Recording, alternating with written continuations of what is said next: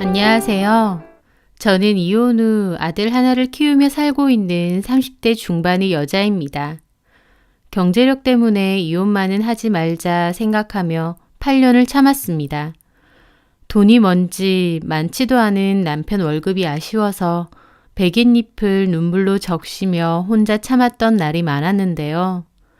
지금 저는 돈도 갑질 가득했던 시댁과 남편으로부터도 다 자유로워졌습니다. 이제는 조금은 담담하게 얘기할 수 있는 그때의 사연을 말해보려 합니다. 저는 20대 초반에 그 남자를 만나 결혼을 했습니다. 저는 집안 형편상 상고를 졸업하고 식품공장 사무직 격리로 일을 했었어요. 그 남자는 저보다 6살이 많았고 같은 사무실의 대리였습니다. 어린 나이였고 처음 해보는 사회생활이었기에 모든 것이 다 낯설고 어렵기만 했죠. 그래서인지 저에게 친절하게 대해주고 회사 생활을 잘 할 수 있게 도와준 그 남자에게 큰 호감을 느끼다가 연인으로까지 발전하게 되었습니다. 결혼 전 그 남자는 저에게 정말 다정하고 큰 사람처럼 보였어요. 듬직하고 든든해 보였죠. 저는 중학교 때 아버지가 돌아가셨어요. 그 후로 엄마랑만 살았는데 저희 엄마 저에게 참 잘해주셨지만 제 마음 한켠에 아버지에 대한 결핍이 있었던 것 같아요. 그 남자는 꼭 아버지의 빈자리를 채워주는 것 같았습니다. 그렇게 사귀다가 임신을 했어요.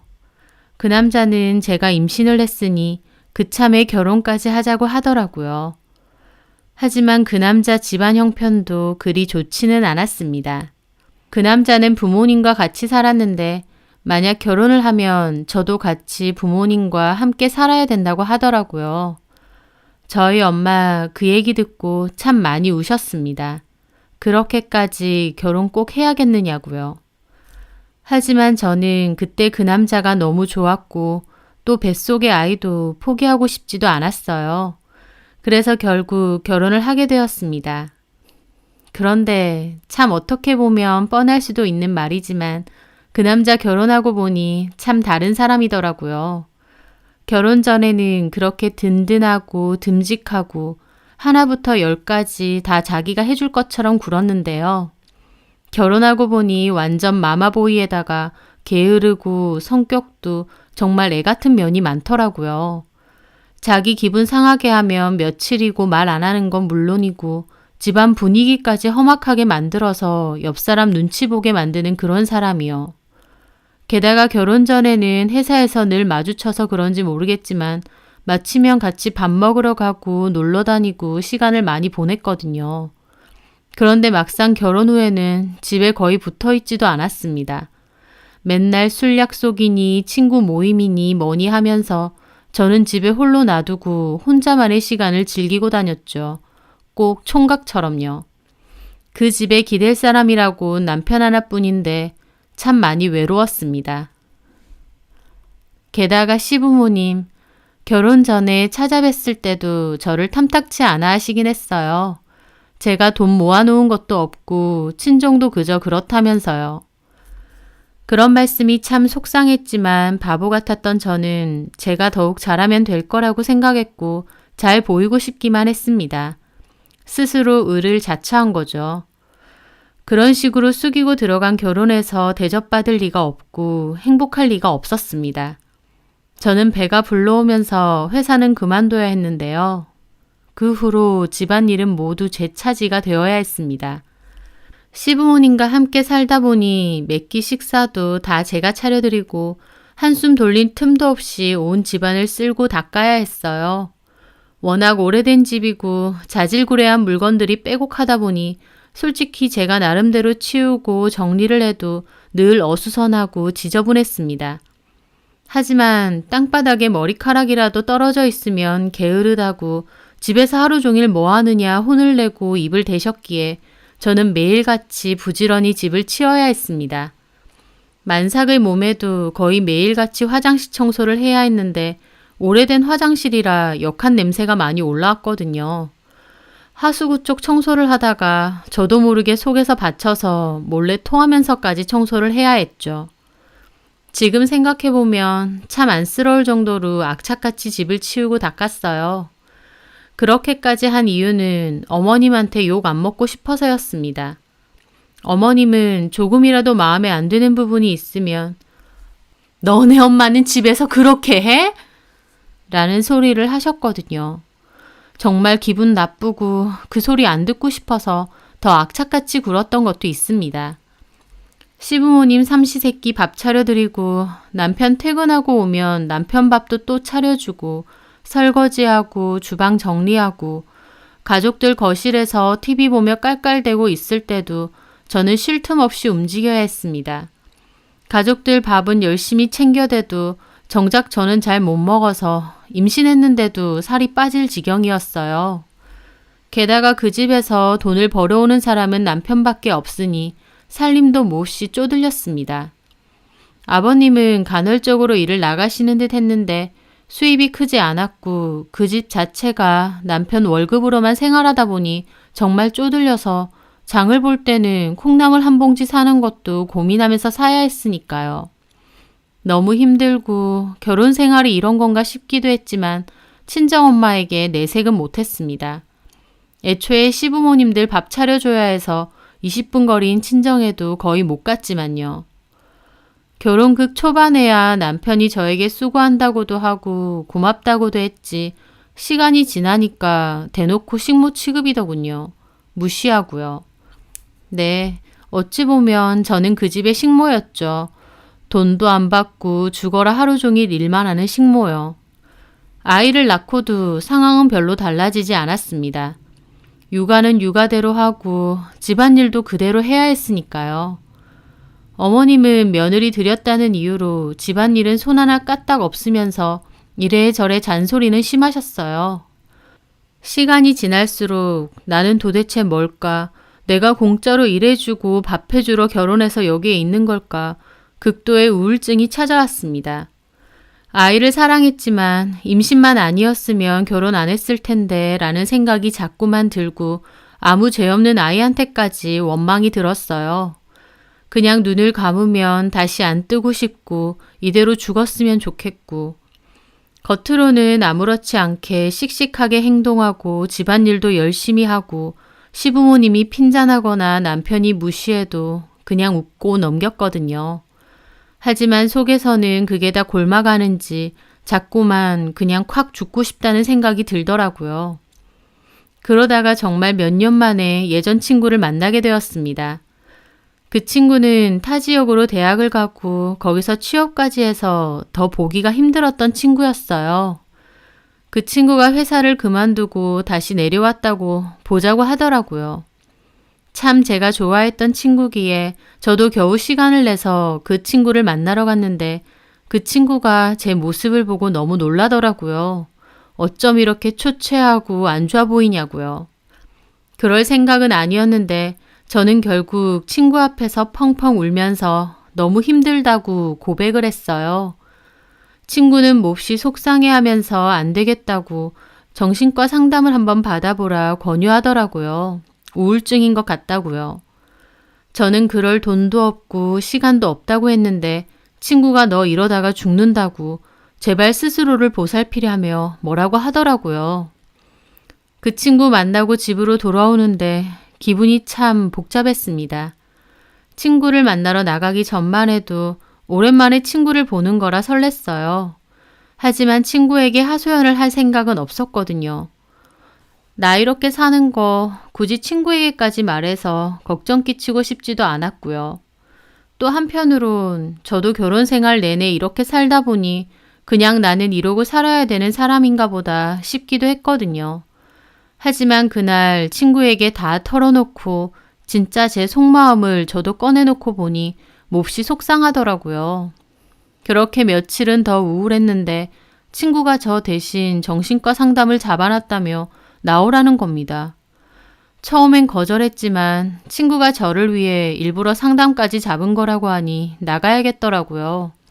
제가 친구를 만나러 간다고 밥은 다 차려놨으니 아이만 조금 봐달라 시부모님께 부탁을 드렸어요. 그랬더니 어머님이 인상을 팍 쓰면서 너 왜 자꾸 친구 만난다면서 밖으로 나도냐? 친구 맞아? 어디서 늦바람 난 거 아니고? 그러면서 톡 쏘아붙이시더라고요. 저 장 보는 거 말고 거의 외출도 잘 안 했는데 참 너무하신다 싶더라고요. 며느리는 이렇게 사는 게 너무 힘들어서 죽고 싶어서 동아줄이라도 잡는 셈 치고 상담 가는 건데요. 애까지 내팽개치고 뭔 놈의 친구냐고 한참 뭐라 하시는 거 아무 소리 안 하고 듣고 나왔습니다. 상담받으니 우울증이 굉장히 극심하대요. 게다가 감염성 우울증 증세로 겉보기엔 괜찮아 보이고 밝아 보이지만 속에서는 우울증 증세가 몹시 심각한 상태라며 치료를 꼭 받아야 된다고 했습니다. 약도 꾸준히 복용해야 된다고 했고요. 그날 정말 펑펑 울고 제 자신을 돌아봤어요. 친정이 못 살고 해온 것도 없이 결혼을 했고 네가 사회에 나가봐야 뭘 할 수 있겠냐며 늘 저를 후려치는 말들을 결혼 생활 내내 듣고 살았습니다. 자꾸 듣다 보니 저도 제가 그런 것 같았고요. 그저 집에서 살림이나 죽어라 하고 밥 차리고 애 보고 기죽어서 살았는데 뭔가 그때 일을 계기로 저도 좀 정신이 들었던 것 같아요. 저는 의사 선생님의 조언으로 저의 유일한 편일 수밖에 없는 엄마에게 다 말씀드렸어요. 제 얘기를 들은 엄마는 너무 마음 아파하셨어요. 그러면서 정신과 치료 꾸준히 받아보라며 상담비도 엄마가 내주셨어요. 그렇게 저는 장 보러 간다는 핑계로 몰래 정신과 상담을 받았는데 결국 어머님과 남편에게 들키고 말았습니다.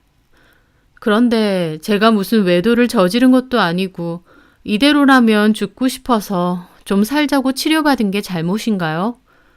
시어머니는 제가 장 보러 나간대 놓고 자꾸 늦게 들어오니까 뭔가 수상하다면서 남편에게 다 일렀다고 했습니다. 그리고 남편도 몰래 제 뒤를 캐다가 제 약을 보고 제가 정신과 상담을 받는다는 걸 알게 됐고요. 정신과 치료가 죄도 아니고 오히려 우울증이 극심한데도 그걸 숨겨가며 지낸 며느리가 불쌍하지도 않나 보더라고요. 저한테 막 핏대까지 세우며 화를 내시더군요. 너 정신병까지 있으면서 속이고 결혼했냐? 정신병 아니고 우울증이에요. 네가 뭐가 우울한데?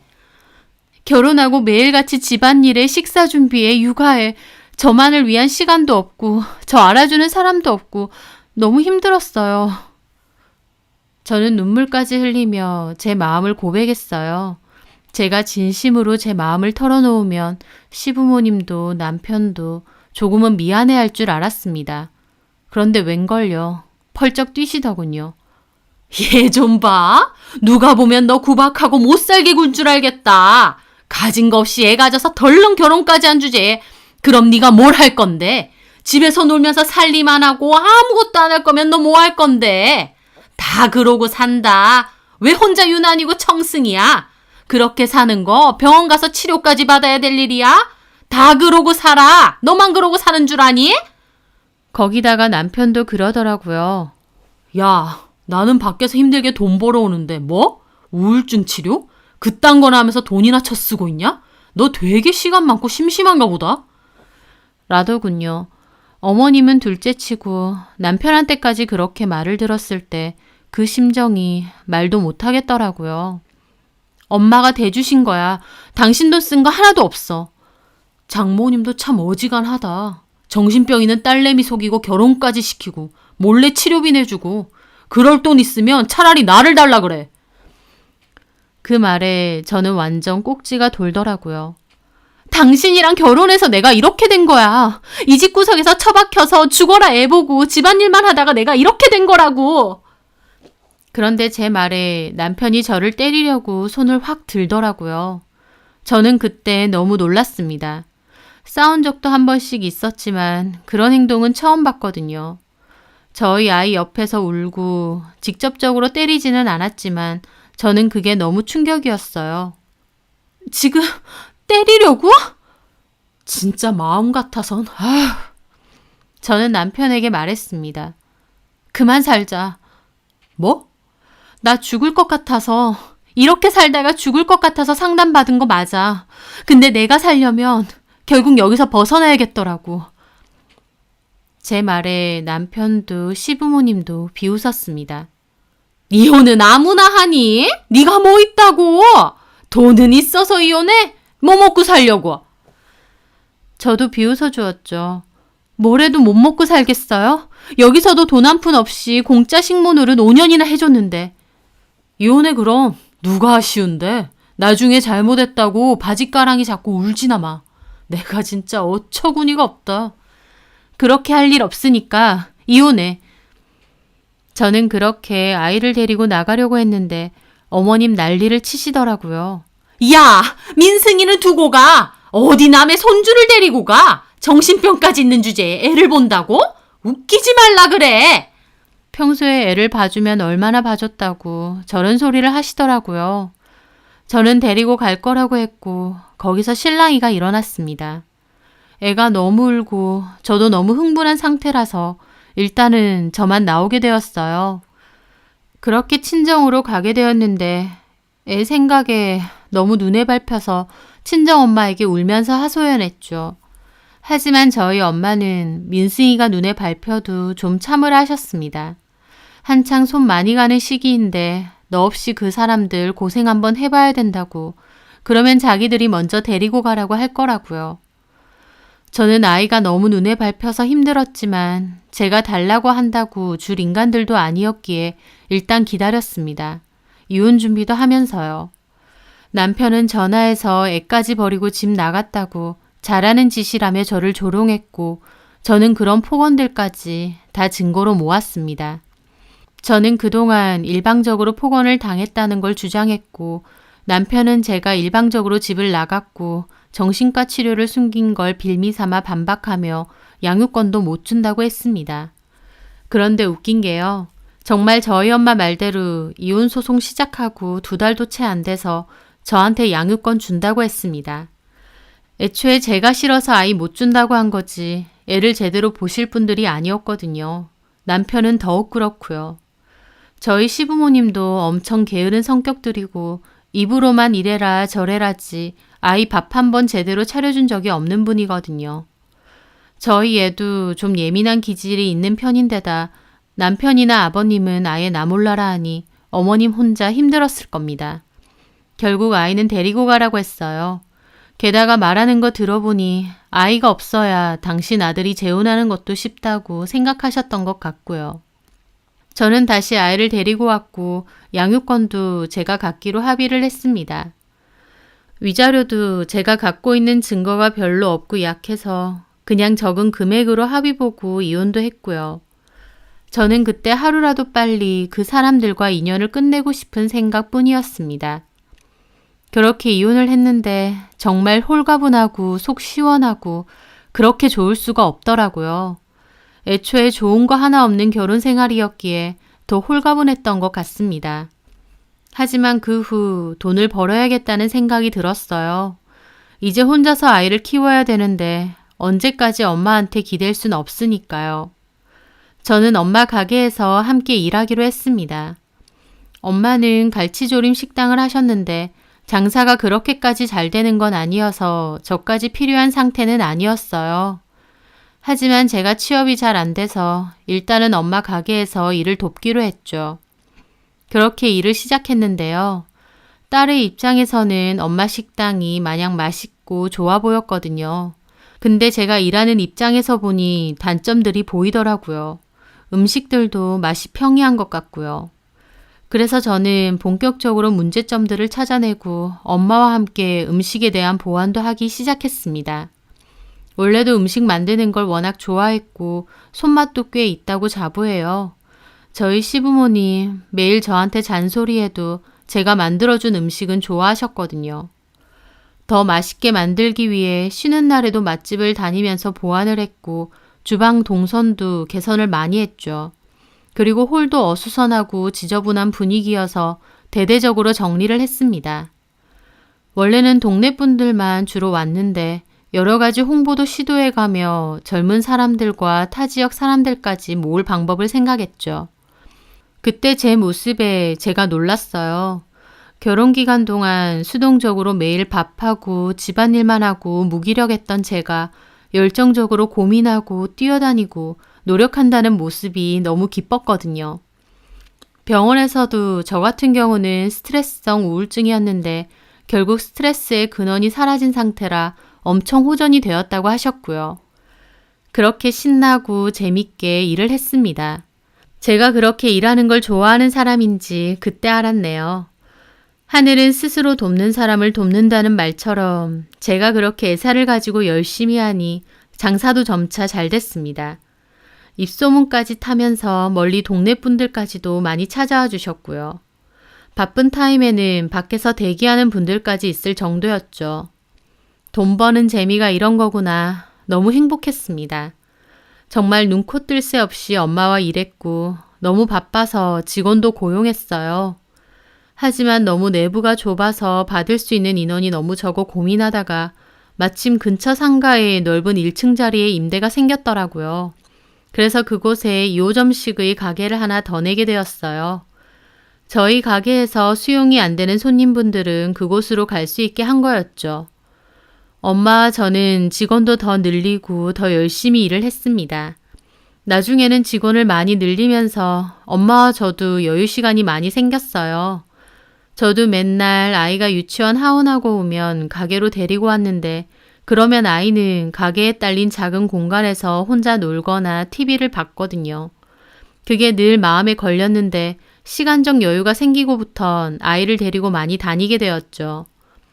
돈 걱정해서 아이 옷이나 물건도 주로 물려받거나 중고 매매를 이용했는데 이제 필요한 게 있으면 사줄 수도 있고 좋은데 데리고 다닐 수도 있으니 그렇게 좋을 수가 없더라고요. 저도 아이랑 엄마랑 시간을 많이 보내고 싶어 차도 마련했고요. 이혼 전 그렇게 답답이 시절로 살았던 게 마치 전생인 것처럼 저는 완전 달라진 모습으로 살았던 것이었습니다. 그렇게 3년이 지났을 때였어요. 저는 여느 때와 마찬가지로 가게에서 일을 하고 있었는데요.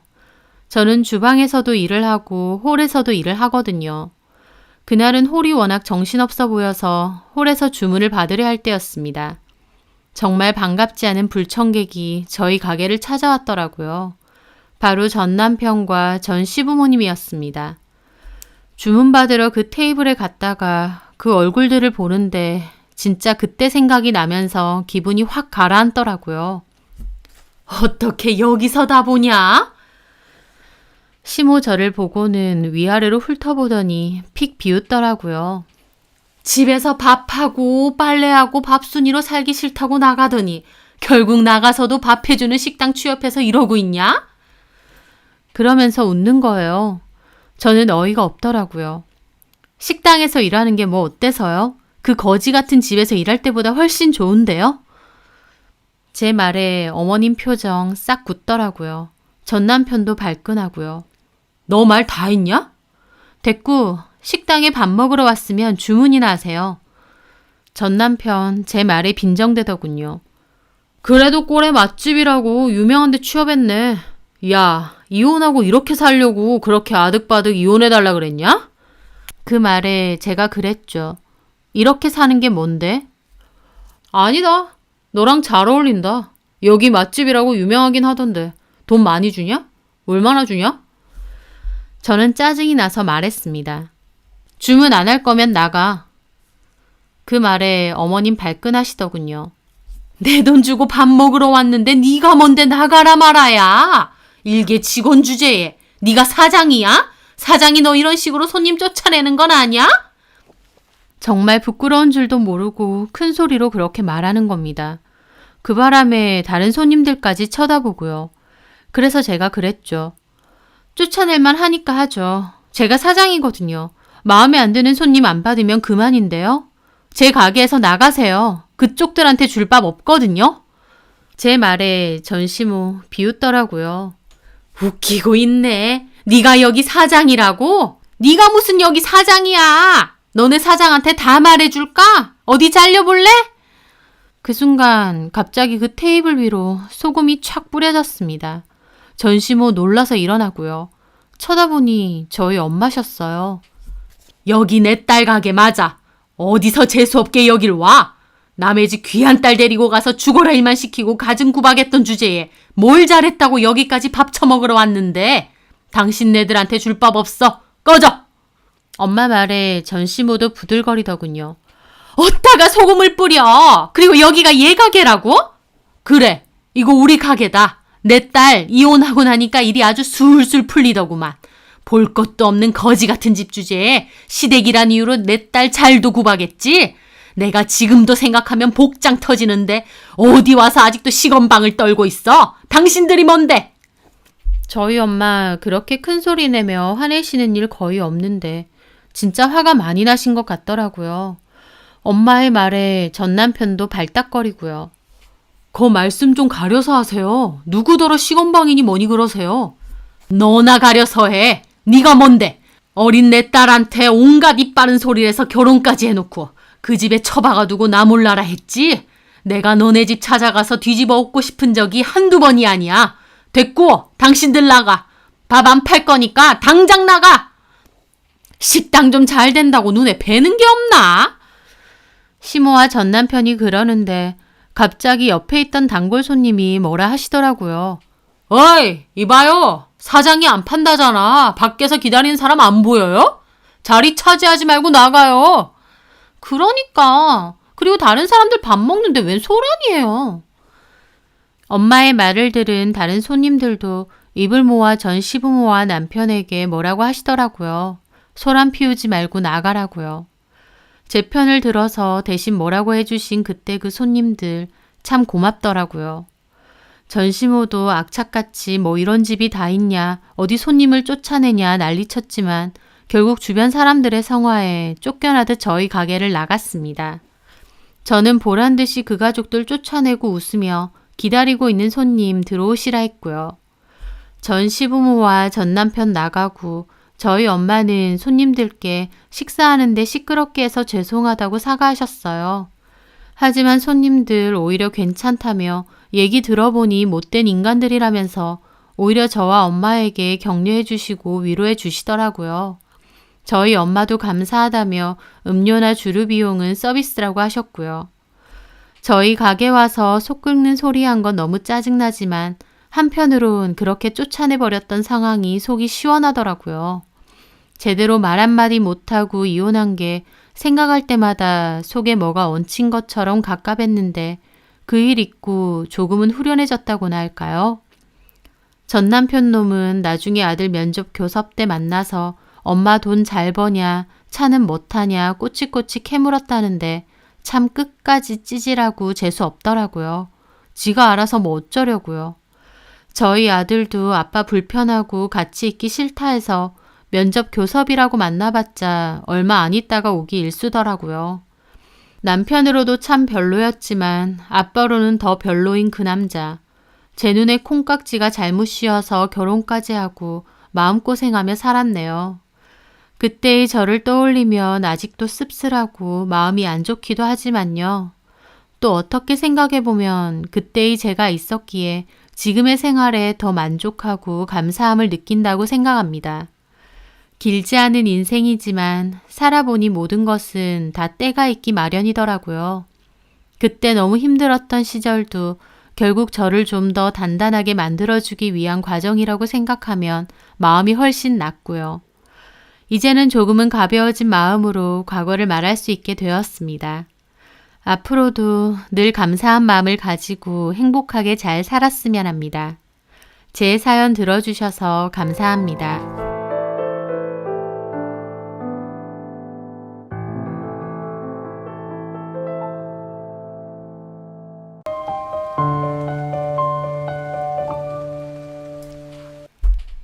안녕하세요.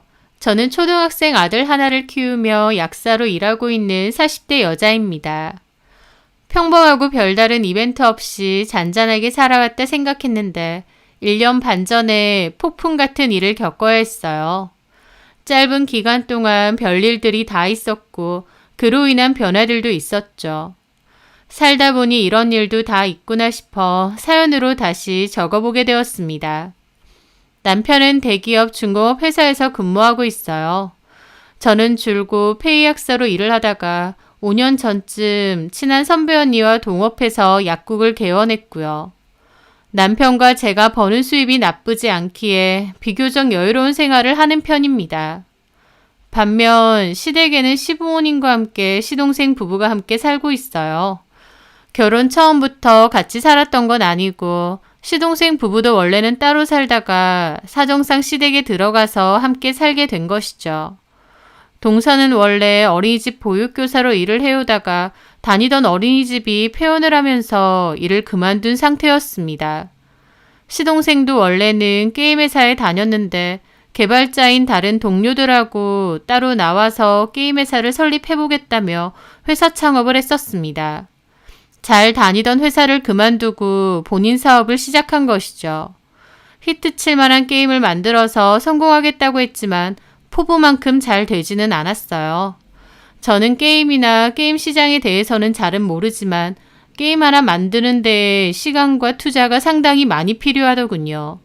투자도 여의치 않았던지 시동생은 나중에 본인 집을 담보로 대출도 받고 그랬습니다. 그렇게 우여곡절 끝에 게임을 출시했는데 시장 반응이 그닥 좋지는 않았던 것 같아요. 애초에 큰 회사에서 나온 게임도 아니다 보니 홍보도 안 됐고 퀄리티도 많이 떨어졌고 당연히 이용자가 많지 않았고요. 그 과정에서 같이 동업을 했던 개발자들이 하나둘씩 떠났나 본데 그럼에도 시동생은 꿋꿋이 계속 사업을 운영해 나가고 있었습니다. 저희 시부모님이나 남편, 동서까지도 이제 그만하고 다시 취업 준비하라고 설득을 했는데도 시동생은 고집스럽게 사업을 유지하고 있는 거죠. 돈도 잘 안 되는 그 사업을 말이에요. 그러면서 결국 담보 잡혔던 집도 넘어가고 오갈 데가 없어진 시동생과 동서는 시부모님 댁에서 같이 살게 된 겁니다. 같이 사는 데다 시동생 벌이가 시원찮고 동서마저도 일을 그만두게 되면서 시동생 내는 사정이 몹시 어려워졌어요. 그나마 시댁에서 같이 살다 보니 별도의 생활비는 안 드는 모양이었습니다. 시부모님이 생활비를 다 부담하셨거든요. 아버님도 연세가 많으신데도 계속 일을 하셨고 얹혀 사는 둘째 아들네까지 먹여 살려야 되셨던 거죠. 그래서 저희 부부가 종종 시부모님께 용돈 겸 생활비를 지원해 드리기도 합니다. 시부모님은 둘째 아들네가 한 집에 같이 살고 생활비까지 다 부담해야 되는 것을 힘들게 생각하셨어요. 그래서 어머님도 저에게 종종 한탄을 하셨죠. 둘째네가 언제까지 우리랑 같이 살려는 건지 경준이한테 제발 그 사업 그만하고 이제라도 회사 취업해서 니네 가족끼리 나가 살아라 그러는데도 내 말은 귓등으로도 안 듣는다. 게다가 성아애미라도 어린이집 다시 취업하면 될 것 같은데 성아애미도 일하기 싫대. 젊은 애들이 뭐 언제까지 부모 그늘에서 저렇게 지낼 거야. 빨리빨리 일하고 돈 모아서 지네 집 다시 사고 나갈 생각을 해야지. 내가 진짜 속이 터진다. 그러셨어요. 어머님도 결혼한 아들네와 같이 사는 게 너무 불편하고 싫으신 거죠. 하지만 동서 역시도 따로 저에게 불만을 잘 얘기했습니다. 형님, 저 진짜 언제까지 이렇게 살아야 되나 싶어요. 요즘 시대에 누가 시부모님 모시고 살아요? 같이 산다는 게 얼마나 불편한지 형님은 모르시죠? 근데 어떡해요. 성아빠는 돈도 똑바로 안 벌어오고 저도 몸이 안 좋아서 당분간은 일 못하겠어요. 그리고 솔직히 제가 보육교사에서 벌면 얼마나 벌겠어요. 그걸로 어느 세월에 돈 모아서 직구하고 나가겠느냐고요. 성아빠가 정신 차리고 그놈의 사업 좀 그만하고 취업을 다시 할 생각을 해야 하는데 미치겠다니까요, 형님. 하면서 동서도 동서 나름의 고충을 저한테 토로하는 겁니다. 한마디로 시부모님도 동서도 서로 같이 사는 게 힘들고 불편한데 돈이 없어서 못 나가고 같이 사는 거였죠. 저는 그냥 어머님이 저 붙잡고 얘기하시면 그러시냐 들어드리고 또 동서가 저 붙잡고 얘기하면 그러냐 하고 열심히 들어줬습니다. 서로의 상황이 있으니 그냥 말 더하지 않고 열심히 들어만 주는 거죠. 하여튼 저희 시댁은 그런 상황이었습니다. 동서는 평소에도 저에게 하소연도 잘하고 또 이런저런 얘기도 잘했어요. 기본적으로 동서가 저한테 몹시 잘하려고 하고 싹싹하게 잘 대했습니다. 나이 차이로 치면 1살밖에 안 되는데도 처음 만났을 때부터 저한테 바로 형님, 형님 하면서 엄청 깍듯하게 잘하는 거예요. 성격도 애교스럽고요. 당연히 저한테 잘하려고 하고 친해지고 싶어 하는데 저도 고맙고 좋잖아요. 그래서 저도 동서랑 나름 친하게 잘 지냈습니다. 하루는 동서가 저한테 그런 말도 하더군요. 형님, 아시다시피 저는 친정에 오빠밖에 없잖아요. 오빠랑 사이도 별로 안 좋고. 그래서 언니는 친구들이 부럽고 나도 언니가 있었으면 했거든요. 근데 형님이 생겨서 너무 좋아요. 저한테는 형님이 꼭 친언니 같다니까요. 그렇게 말해주면 나도 고맙지. 나도 외동이라 형제자매 있는 친구들 한 번씩 부러울 때도 있었거든. 그쵸? 형님도 저를 동서가 아니라 동생이라고 생각하세요. 하면서 곰살맞게 잘 굴었습니다. 동서지간이지만 마치 언니 동생 사이처럼 잘 지내왔다고 생각했어요. 동서가 저희 집에 놀러 오면 제 옷이나 가방 중에 갖고 싶어 하는 것도 동서한테 많이 주고요. 제가 따로 선물도 많이 사줬습니다. 조카 선물이나 용돈도 늘 많이 챙겨줬고요. 그럼 동서는 반찬 같은 거 만들어서 저한테 잘 보내줬어요. 일하느라 바쁜 저를 대신해서요. 그러면 저는 또 고마워서 제가 이용하는 마사지 회원권을 동서에게도 끊어줄 때도 있었고 또 네일을 받으러 갈 때도 일부러 같이 갈 때가 있었어요. 비용은 제가 다 내고요. 동서와 만나면 나가는 돈은 거의 다 제가 내고 또 가족 모임을 해도 외식 비용은 저희 집에서 다 지불합니다. 하지만 좀 더 여유로운 쪽에서 내는 거니 그런 건 아무렇지도 않았고 오히려 동서와 잘 지내는 게 저한테도 좋다고 생각했죠. 그러던 어느 날이었습니다. 저는 바쁘게 일을 하는데 친구한테서 전화가 왔어요. 주희야, 나 지금 바빠서 나중에 다시 전화할. 야, 혜진아, 내가 지금 사진 하나 보냈거든? 너 그거 빨리 확인해봐. 무슨 사진? 빨리 확인해보고 연락 줘. 친구의 다급한 말을 듣고 저도 좀 놀랐습니다. 저는 일단 앞선 손님 먼저 약을 드리고 나서 조제실 쪽으로 들어왔어요. 그리고 폰을 확인해 봤는데 좀 황당한 사진이 들어와 있더군요. 친구가 이거 네 남편 맞지? 라고 써서 보내면서 사진 한 장을 첨부했는데요. 그 사진은 어느 카페였고 남편은 굳은 얼굴로 누군가 무슨 얘기를 하는 것처럼 보였는데 맞은편에는 긴 머리 여자의 뒤통수가 보이는 겁니다. 남편이 어떤 여자를 만나고 있던 사진인 거죠. 저는 황당해서 친구에게 전화를 걸었습니다. 이게 뭐야? 네 남편 맞지? 여기 어딘데? 카페야. 나도 모임 있어서 왔는데 낯익은 사람이 있는 거야. 그런데 가만 보니 네 남편 같더라고. 어떤 젊은 여자랑 와서 막 심각하게 대화를 나눈다? 근데 딱 봐도 엄청 심각해 보여. 내가 숨어서 몰래 지켜보고 사진도 찍은 거거든? 근데 니네 남편이 무슨 돈 봉투 같은 걸 그 여자한테 주는 거 있지? 돈 봉투? 그래. 그 여자도 낼름 봤더니 그 여자도 무슨 서류 봉투 같은 걸 너네 남편한테 내밀더라? 너네 남편도 그거 바로 챙기고. 친구의 말에 저도 심각한 기분이었습니다. 출근한다고 나간 남편이 그 카페에는 왜 있으며 모르는 여자는 또 뭐고 돈 봉투는 또 뭐란 말인가요? 혼란스럽더라고요. 그런데 친구가 있잖아 혜진아. 너네 남편 혹시 바람 피는 거 아닐까? 바람? 그래. 상황이 좀 그렇잖아. 서류봉투 받고는 금방 나가더라고. 일반적인 상황은 아니잖아. 너 한번 너네 남편 뒤를 좀 캐봐. 표정도 그렇고 엄청 심각했다니까. 알았어. 그렇게 전화를 끊고 속이 갑갑하더라고요. 갑자기 이게 무슨 일인가 싶고요. 너무 이상하고 의심스러운 상황이면 분명했고 저는 원래는 남편에게 바로 따져 물을 생각이었습니다. 그런데 퇴근길에 그 친구가 다시 전화를 해서는 너 남편한테 다이렉트로 물어볼 거 아니지? 그러는 겁니다. 왜?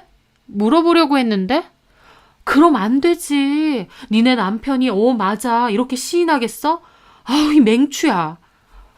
그럼? 확실하게 밝혀지기 전까지 말하면 안 되지. 그러지 말고 일단 뭐 남편 폰이라던가 블랙박스라던가 노트북이라던가 따로 네가 증거를 좀 찾아봐. 아니면 아까 그 소리봉투 받아갔으니까 그거라도 찾아보던지. 그렇게 증거를 확실하게 하고 따져야 꼼짝 못하는 거야. 그래, 알겠다. 친구는 일단은 제가 따로 알아보고 증거든 뭐든 찾아낸 뒤에 따져도 따지라고 하더라고요. 저도 가만 생각해보니 그렇게 하는 게 맞는 것 같았죠. 그렇게 저는 집에 왔는데 남편이 집에서 식사 준비를 하고 있더라고요. 마침 왔네. 전화하려고 했는데. 뭐해?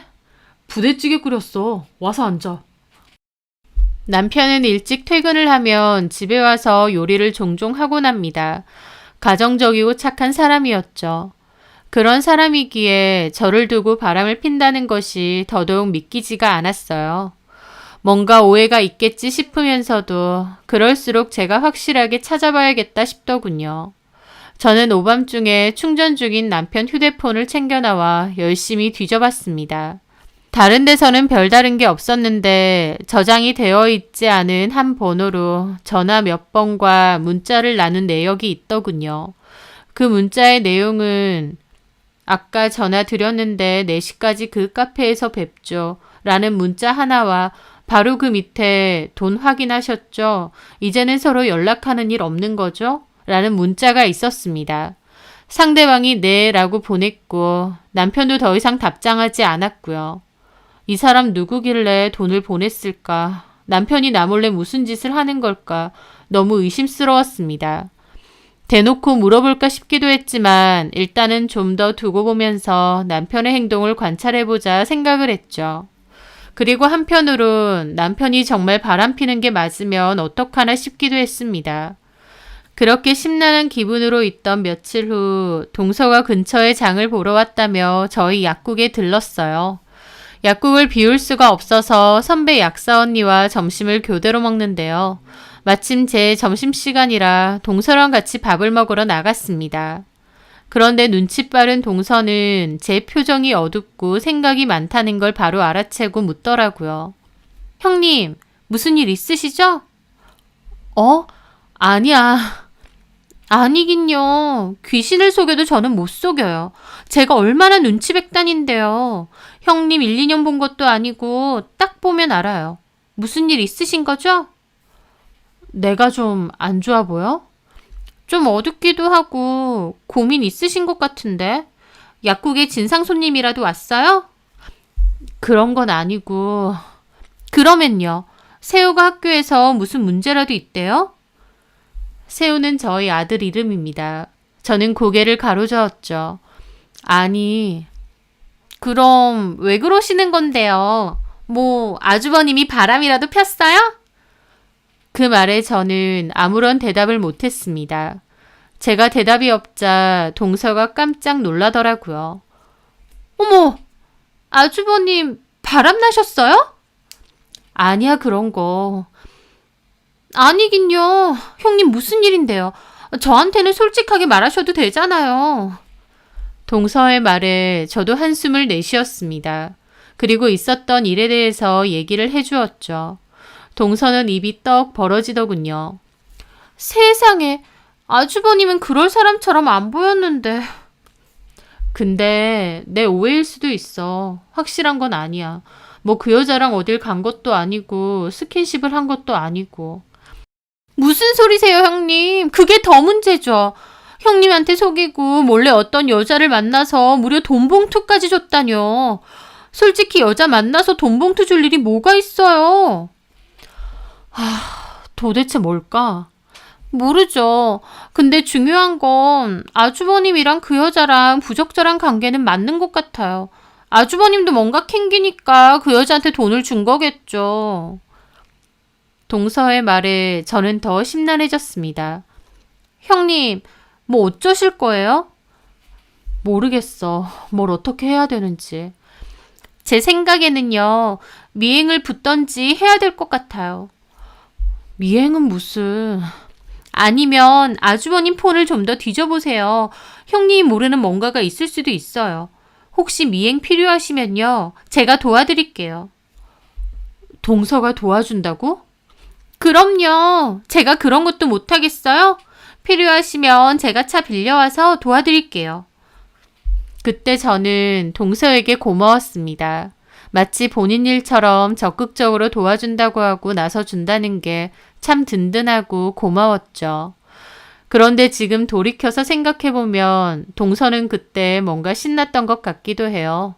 저는 심각해 죽겠는데 동서는 살짝 들떠서 자기가 미행도 해주겠다, 도와주겠다, 야단 법석을 떨었거든요. 하여튼 동서하고 얘기를 나누고 나니 저는 더 심란한 기분에 휩싸였습니다. 남편이 정말 바람을 피는 거면 나는 어떡하나, 앞으로 뭘 어떻게 해야 되나 머리가 지끈지끈했죠. 그 뒤로도 남편의 핸드폰을 몇 번 더 뒤져보았습니다. 블랙박스도 확인했죠. 하지만 더 이상은 특별히 뭔가가 나오는 건 없었습니다. 그 여자와 이전에 나누었던 대화도 다 지워버렸더라고요. 그냥 남편한테 대놓고 물어볼까? 그렇게 고민하고 있던 차였어요.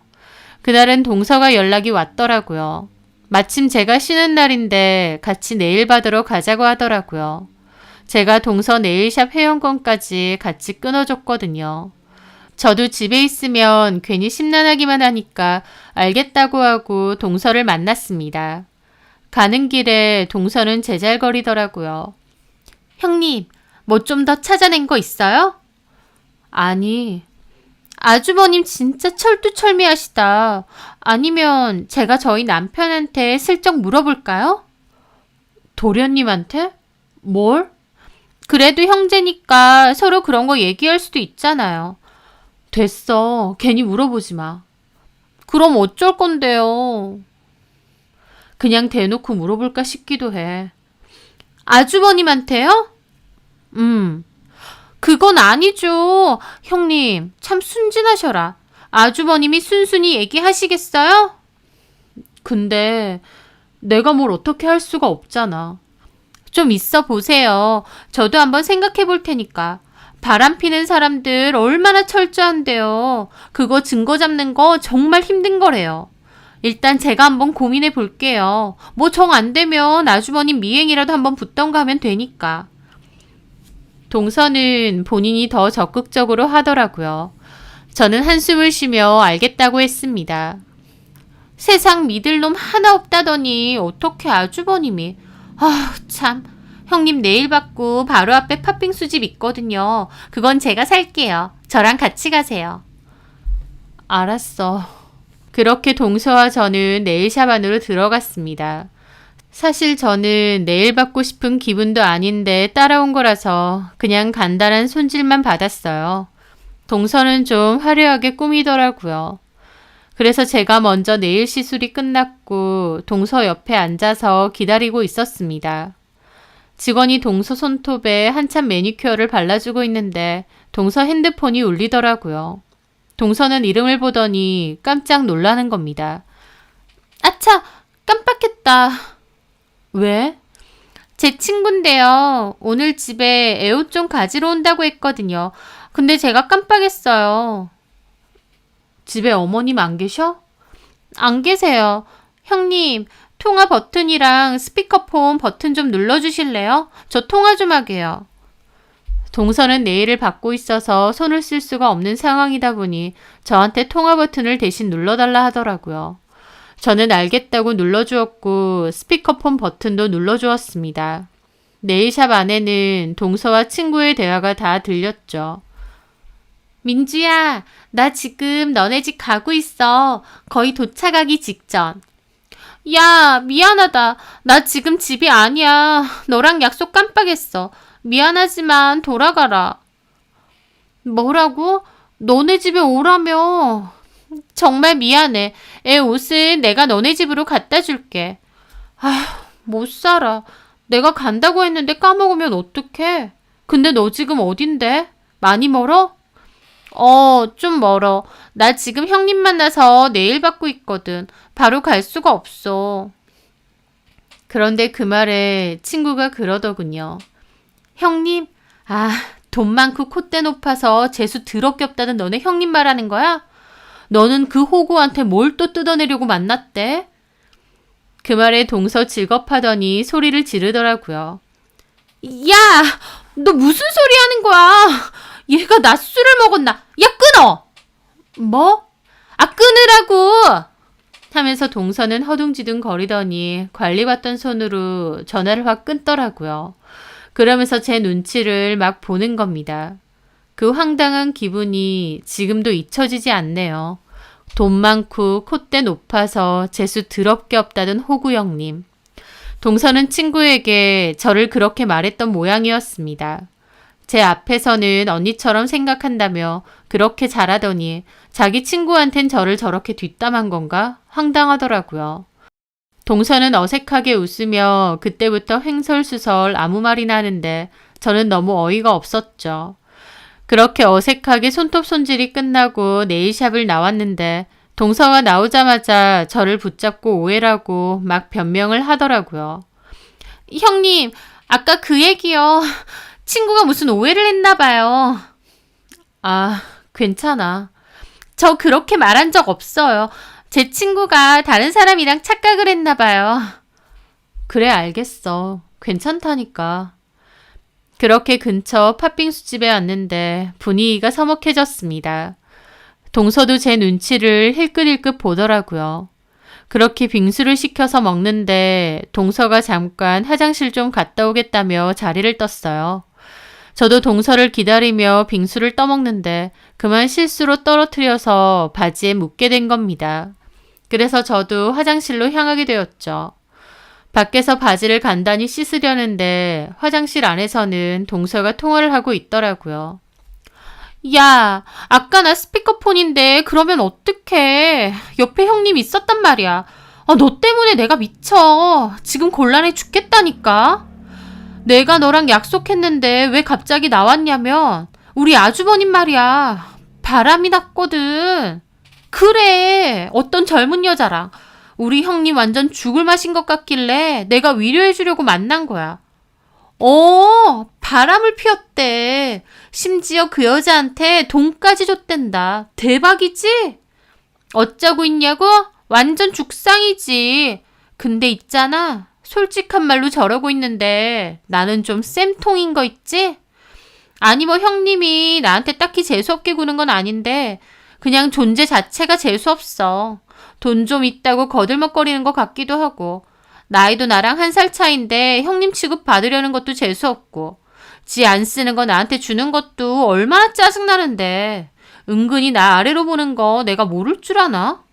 근데 우리 형님도 남편 바람났다고 울상하고 있는 거 보니 야, 너도 별 수 없구나 싶으면서 은근히 속으론 통쾌하고 꼬신 거 있지? 네가 잘나봤자 결국 네 남편도 바람피네 싶은 거야. 그래서 내가 오늘 형님 힘내세요 하면서 위로 좀 해주려고 만났던 거지. 그러니까 나중에 다시 통화하자. 옷은 내가 너네 집으로 갖다 줄게. 하는 겁니다. 그 통화를 듣는데 기가 막혀서 벙찌더라고요. 동서의 진짜 속마음을 들은 기분이었죠. 그 오랜 시간 동서지간으로 지내면서도 동서가 저에 대해서 저렇게 생각할 거라곤 상상도 못했습니다. 동서지간이지만 친자매처럼 지내자고 했던 것도 동서고 그만큼 저도 편하게 잘 지냈다고 생각했는데요. 동서는 제 상상 이상으로 저에 대해서 안 좋게 생각하고 저를 안 이꼽게 보고 있었더라고요. 제가 돈 좀 있다고 본인을 아래로 봤다는데 저는 맹세코 동서한테 그렇게 대한 적도 없고 그렇게 할 이유도 없습니다. 옷도 제가 안 입는 걸 준 게 아니라 본인이 저희 집 와서 마음에 든다고 하면 제가 갖고 가라고 했던 거예요. 제 앞에서는 형님 해놓고 속에서는 저런 생각을 하고 있고 또 친구들에게 내 뒷담을 엄청 했나 보다 생각하니 동서의 이중적인 태도가 기가 막힐 뿐이었죠. 그렇게 황당하게 서 있는데 동서가 화장실에서 나오더라고요. 그러더니 저를 보고 엄청 놀라는 겁니다. 형님, 언제부터 여기... 동서, 내가 뭘 어쨌다고 사람 뒤에서 그렇게 욕하는 거야?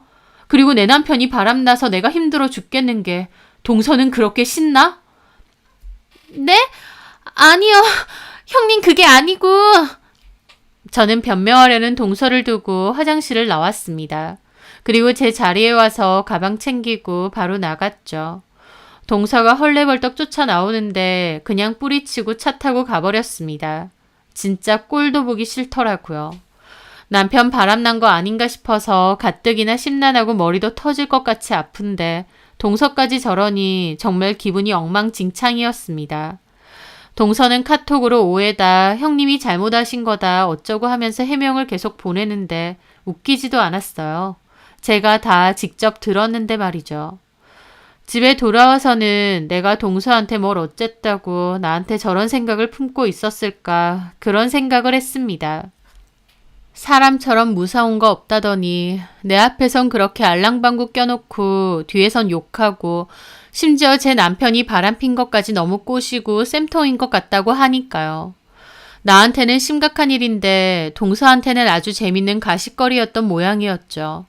그렇게 생각하니 울분이 터지더군요.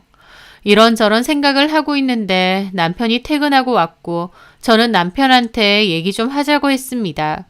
그리고 그냥 돌직구로 대놓고 물어봤습니다.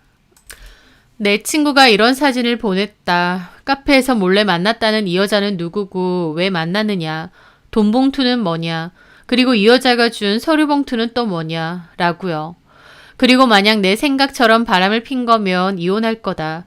당신은 우리 새우 얼굴도 못 볼 줄 알라고요. 화가 나서 따졌는데 남편이 한숨을 푹 쉬더니 그러더라고요. 실은 잠깐만 있어봐. 그러더니 남편은 주차장에 갔다가 다시 돌아왔습니다. 손에는 서류 봉투를 들고요. 그 여자 카페에서 만난 거 맞고 돈 준 것도 맞아. 이거 받으려고. 이게 뭔데? 나도 미치겠다 정말. 저는 황급히 그 서류 봉투를 열어보게 되었습니다. 그 봉투 안에는 인화한 사진들이 여러 장이었고 메모리 카드도 하나 들어있었어요. 그런데 그 사진이라는 게 너무 경합스럽더라고요. 그 사진에는 한 여자와 남자가 침대에서 같이 찍은 사진이었습니다. 남자는 우통을 벗은 채 골아떨어져 자고 있고 그 여자가 옆에서 일부러 밀착해서 사진을 찍은 것 같았죠. 그런데 그 남자는 저희 남편이 아니었습니다. 바로 시동생이었습니다. 이게 뭐야? 도련님이잖아. 정말 조경준 이 자식 때문에 내가... 이게 다 뭔데? 이 여자는 또 누구고? 그렇게 남편은 자초지종을 설명해 주었습니다. 시동생은 친구들이랑 한 번씩 가던 유흥업소가 있었고 그 여자는 거기 종업원이라고 했습니다. 시동생은 그 여자를 가게 말고 밖에서도 한 번씩 만났다고 했죠. 그런데 그 여자가 작정하고 시동생 몰래 동침하는 사진을 찍었고 그걸로 협박을 하더랍니다. 아내에게 알리기 전에 돈을 내놓으라고요. 가게 와서 사업한다고 거들먹거리고 돈도 잘 쓰고 하니까 그 여자는 시동생이 돈이 많은 줄 알았던 모양이더라고요.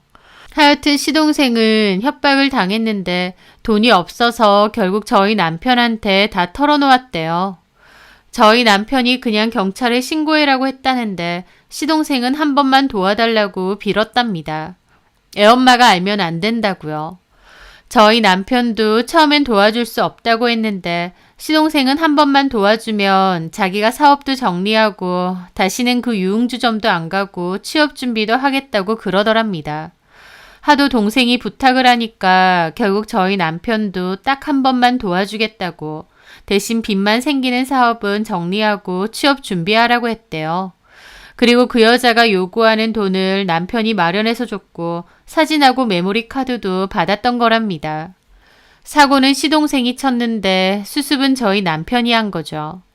남편도 해주면서 이건 아니다 싶긴 했는데 시동생이라서 모른 척 할 수도 없고 또 이제 사업이고 뭐고 안 하고 취업한다고 하니 눈 딱 감고 도와줬다는 거예요. 저는 그 얘기를 듣고 너무 경악을 했죠. 시동생이 술 좋아하고 친구들 좋아하고 밖으로 좀 도는 성격인 건 알았는데 도대체 뭘 어쩌고 다녔기에 꽃뱀한테 물려서 협박까지 당하나 싶은 겁니다. 그것도 결국 저희 남편이 돈 지어주고 마무리 짓고요. 한심하기 짝이 없더라고요. 저는 남편에게 그런 여자한테 돈을 준다고 해결이 되냐고, 따로 사진 저장해놨다고 또 협박하면 어쩌냐고 했는데 남편 한다는 말이 나도 그게 걱정돼서 경준이한테 얘기했어. 그랬더니 협박당한 남자가 한둘이 아니라고. 돈만 주면 조용히 지워준다고 그랬대. 그 여자도 돈만 받으면 되는데 굳이 시끄럽게 일 커질 건 원하지 않는다더라고. 그걸 믿어? 참나. 어쨌든 다 터트리겠다는데 어쩌냐. 일단은 그렇게 해줘야지. 당신도 그러면 안 돼. 그게 동생을 진짜 위하는 게 아니야. 딱 한 번만이야. 다시는 나도 이런 짓 안 해. 재수 씨가 알면 이판사판 될 거라고 한 번만 봐달라고 비는데 어떡하냐? 당신도 재수 씨한텐 절대 말하면 안 돼? 참 대단한 형제다. 아휴, 참 어이가 없었어요. 하지만 또 한편으론 남편이 바람을 핀 게 아니라고 하니 다행이다 싶기도 하더라고요. 물론 진짜 바람핀 인간이 시동생인 건 답답한 일이지만요. 저는 이 일을 모른 척 그냥 묻어두기로 했습니다. 남편이 돈까지 주면서 없던 일로 했다고 하고 저도 동서한테 만정이 떨어져서 굳이 나서서 알려주고 싶지도 않았어요. 저희 남편이 바람난 줄 알았을 때 쌤통이라고 생각했던 동서를 생각하면 아무것도 모르고 있을 동서가 불쌍하지도 않았습니다. 그렇게 저는 그 일을 덮고 지나갔고 동서의 연락도 피하게 되었어요. 제가 연락을 피하니까 동서도 어느 순간부터 연락 안 하더라고요. 그러다가 아버님 생신이 다가왔고 저희 부부도 시댁에 가게 되었습니다. 저희는 아버님 좋아하시는 회를 좀 넉넉하게 사서 가기로 했고 동서는 집에서 먹을 음식을 좀 만들기로 했어요. 그렇게 시댁에 갔고 동서와 저는 대면대면하게 마주쳤죠. 서로 아무 말도 안 하고 주방에서 각자 할 일을 했고 어머님도 너네 이상하다고 그러시더라고요. 아니 오늘은 왜 둘 다 조용하냐? 둘째야, 너 형님 오면 내내 옆에 붙어서 조잘거리더니 오늘은 조용하다. 혹시 너네 싸웠니? 싸우긴요 어머님. 아니 평소랑은 좀 달라서 그러지. 저는 그냥 어색하게 웃고 말았습니다. 그렇게 상을 차렸고 아버님 생신 축하를 했습니다. 그리고 다 같이 술을 한 잔씩 하는데 그날따라 동서가 과음을 하더라고요. 남편은 아버님과 한잔했고 저는 남편 대신해서 운전을 해야 되니 술은 한 모금도 마시지 않았습니다. 그런데 그날따라 동서는 생일 주인공인 아버님보다도 더 많이 마시더라고요. 저는 동서가 왜 저러나 싶었습니다. 그런데 동서가 결국 술에 취해서인지 실수를 하는 거예요. 제가 식사 도중에 주방에 앞접시를 가지러 갔는데 저를 쫓아오더니 대뜸 시비를 거는 겁니다. 형님, 제가 죄송하다고 오해라고 했잖아요. 언제까지 그렇게 뚱하게 있으실 거예요? 동서 지금 뭐 하자는 거야? 취했어? 네, 취했어요. 형님 저 무시하세요? 어머님, 아버님 다 계신데 뭐 하는 거야? 그리고 내가 뭘 어쨌다고 이래? 제가 연락한 거 씹었잖아요. 그럼 동서 같으면 그런 일 있었는데 아무 일 없이 연락하고 지내겠어? 오해라고요. 그거 형님 얘기 아니고 다른 사람 얘기예요. 말 같지도 않은 소리 하지도 마. 누굴 바보로 하나? 그리고 술 깨면 맨정신에 얘기해. 아버님 생신인데 뭐 하자는 거야 정말. 그렇게 저도 기분이 나빠서 동서를 지나쳐 나가려는데 갑자기 저를 잡고 꼬장을 하는 겁니다. 형님이야말로 제가 만만하세요? 뭐야, 이거 안 나? 아주버님 바람 펴서 기분 나쁜 걸 왜 저한테 악플이 하냐고요? 하면서 큰 소리로 말을 하는 겁니다. 그 바람에 거실에 있던 다른 가족들도 다 듣게 되었죠. 순식간에 조용해지더라고요. 동서, 미쳤어? 맞잖아요. 아주버님이 바람핀 거고 그것 때문에 형님 기분 나쁜 거잖아요. 근데 괜히 왜 저한테 그러시냐고요. 저는 형님 필요하면 미행도 해드린다고 했고 도와드리려고 했어요. 근데 저한테 이러시면 안 되죠. 형님 위로해드리고 도와드리려고 한 사람한테. 저는 아나무인 동서에게 말했습니다. 동서는 내 남편이 바람난 것 같아서 신나 보인다. 그때 친구한테 뭐라고 했지? 쌤통? 그래, 말 나온 김에 어디 한번 물어보자. 내가 동서한테 뭘 어쨌다고 내 고통이 동서한테는 쌤통이 되는 거야? 어디 한번 말해봐. 나도 술 취한 사람한테 이렇게 묻고 싶지 않은데 동서가 먼저 얘기하니까 어디 물어나 보자고. 그렇게 동서와 제 사이에서 언쟁이 높아지자 거실에 있던 가족들이 다 오시더라고요. 이게 무슨 말이야? 너네 지금 무슨 얘기하는 거야? 어머님의 물음에 동서가 대놓고 말하더군요. 어머니, 아주버님이 바람나신 것 같아요. 어린 여자랑. 뭐? 어떤 여자를 몰래 만나서 돈 봉투를 주더래요. 그걸 형님이 알았대요. 형님이 저한테 이혼하네 만에 그랬다니까요. 그래서 제 딴에는 형님 불쌍해서 만나서 위로해드렸거든요. 근데 형님은 저한테 화풀이 하시는 거예요. 하면서 주정을 하더라고요. 미친 줄 알았죠. 시부모님 두 분 다 경악하시고 무엇보다 저희 남편도 입이 뜨악해 있었습니다. 도련님은 어쩌고 있냐고요. 어떤 상황인지 본인이 제일 잘 아니까 아차 싶은 얼굴로 눈알만 굴리고 있더라고요. 얘 경태야, 이게 다 무슨 소리야? 바람이라니. 너 바람 났어? 어머님이 너무 놀라서 제 남편에게 따져 물으시더라고요. 저희 남편도 동서의 행동에 화가 나서 부글부글 하고 있고요. 아, 말해봐. 너 바람 났냐고. 그 말에 동서도 깐죽거리더라고요. 아주버님이 말해보세요. 그 여자 누구예요? 돈 봉투 왜 주셨어요? 무슨 서류 봉투도 받았다던데 거기에 뭐가 있었어요? 형님 두고 바람 피신 거죠? 그쵸? 시동생 시겁하며 달려오더니 동서를 잡더라고요. 야, 너 미쳤냐? 뭔 주정이야? 너 좀 따라와. 나 술 안 취했어. 내가 틀린 말 했어? 아주버님 바람 피셨잖아. 당신도 몰랐어? 아, 우리 형님 남편만 믿고 살았는데 불쌍해서 어쩌나? 좋은 대학 나오고 직업 좋고 돈 많으면 뭐해. 결국 남편은 어린애랑 바람나서 밖으로 도는데. 그 말에 저도 기가 막혀서 그랬습니다. 그냥 묻어두려고 했는데 저도 그 순간 열받아서 다 터뜨렸죠. 동서, 뭘 알고나 짓거려. 바람난 거 내 남편이 아니고 동서 남편이야. 도련님이라고. 제 말에 시동생도 입이 뜨악하더군요. 솔직히 제가 거기서 왜 참고 있어야 되는지도 모르겠더라고요. 제 말에 동서도 눈을 개슴츠레 뜨다가 약간 정신이 드는 듯 저를 다시 보더라고요. 지금 뭐라고 하셨어요? 그 여자 도련님이랑 만난 여자라고. 서류 봉투 안에 뭐가 있었냐고.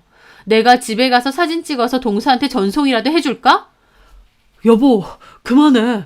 뭘 그만해. 그리고 도련님도 그러시는 거 아니에요. 도련님이 친 사고를 왜 형더러 수습하래요. 애초에 그런 술집을 왜 갔으며 뭘 어쩌고 다녔길래 그런 여자가 사진으로 협박까지 하냐고요. 아, 여보, 나 봐. 그리고 협박을 당했으면 알아서 할 것이지. 무슨 형더러 도와달라고 그래요? 이 사람이 착하고 동생 일이니까 나서서 도와줬는데 다음부터 형한테 그런 더러운 부탁하지 마세요. 그런 정신 나간 꽃뱀한테 줄 돈이 우리라고 넘쳐나는 줄 아세요?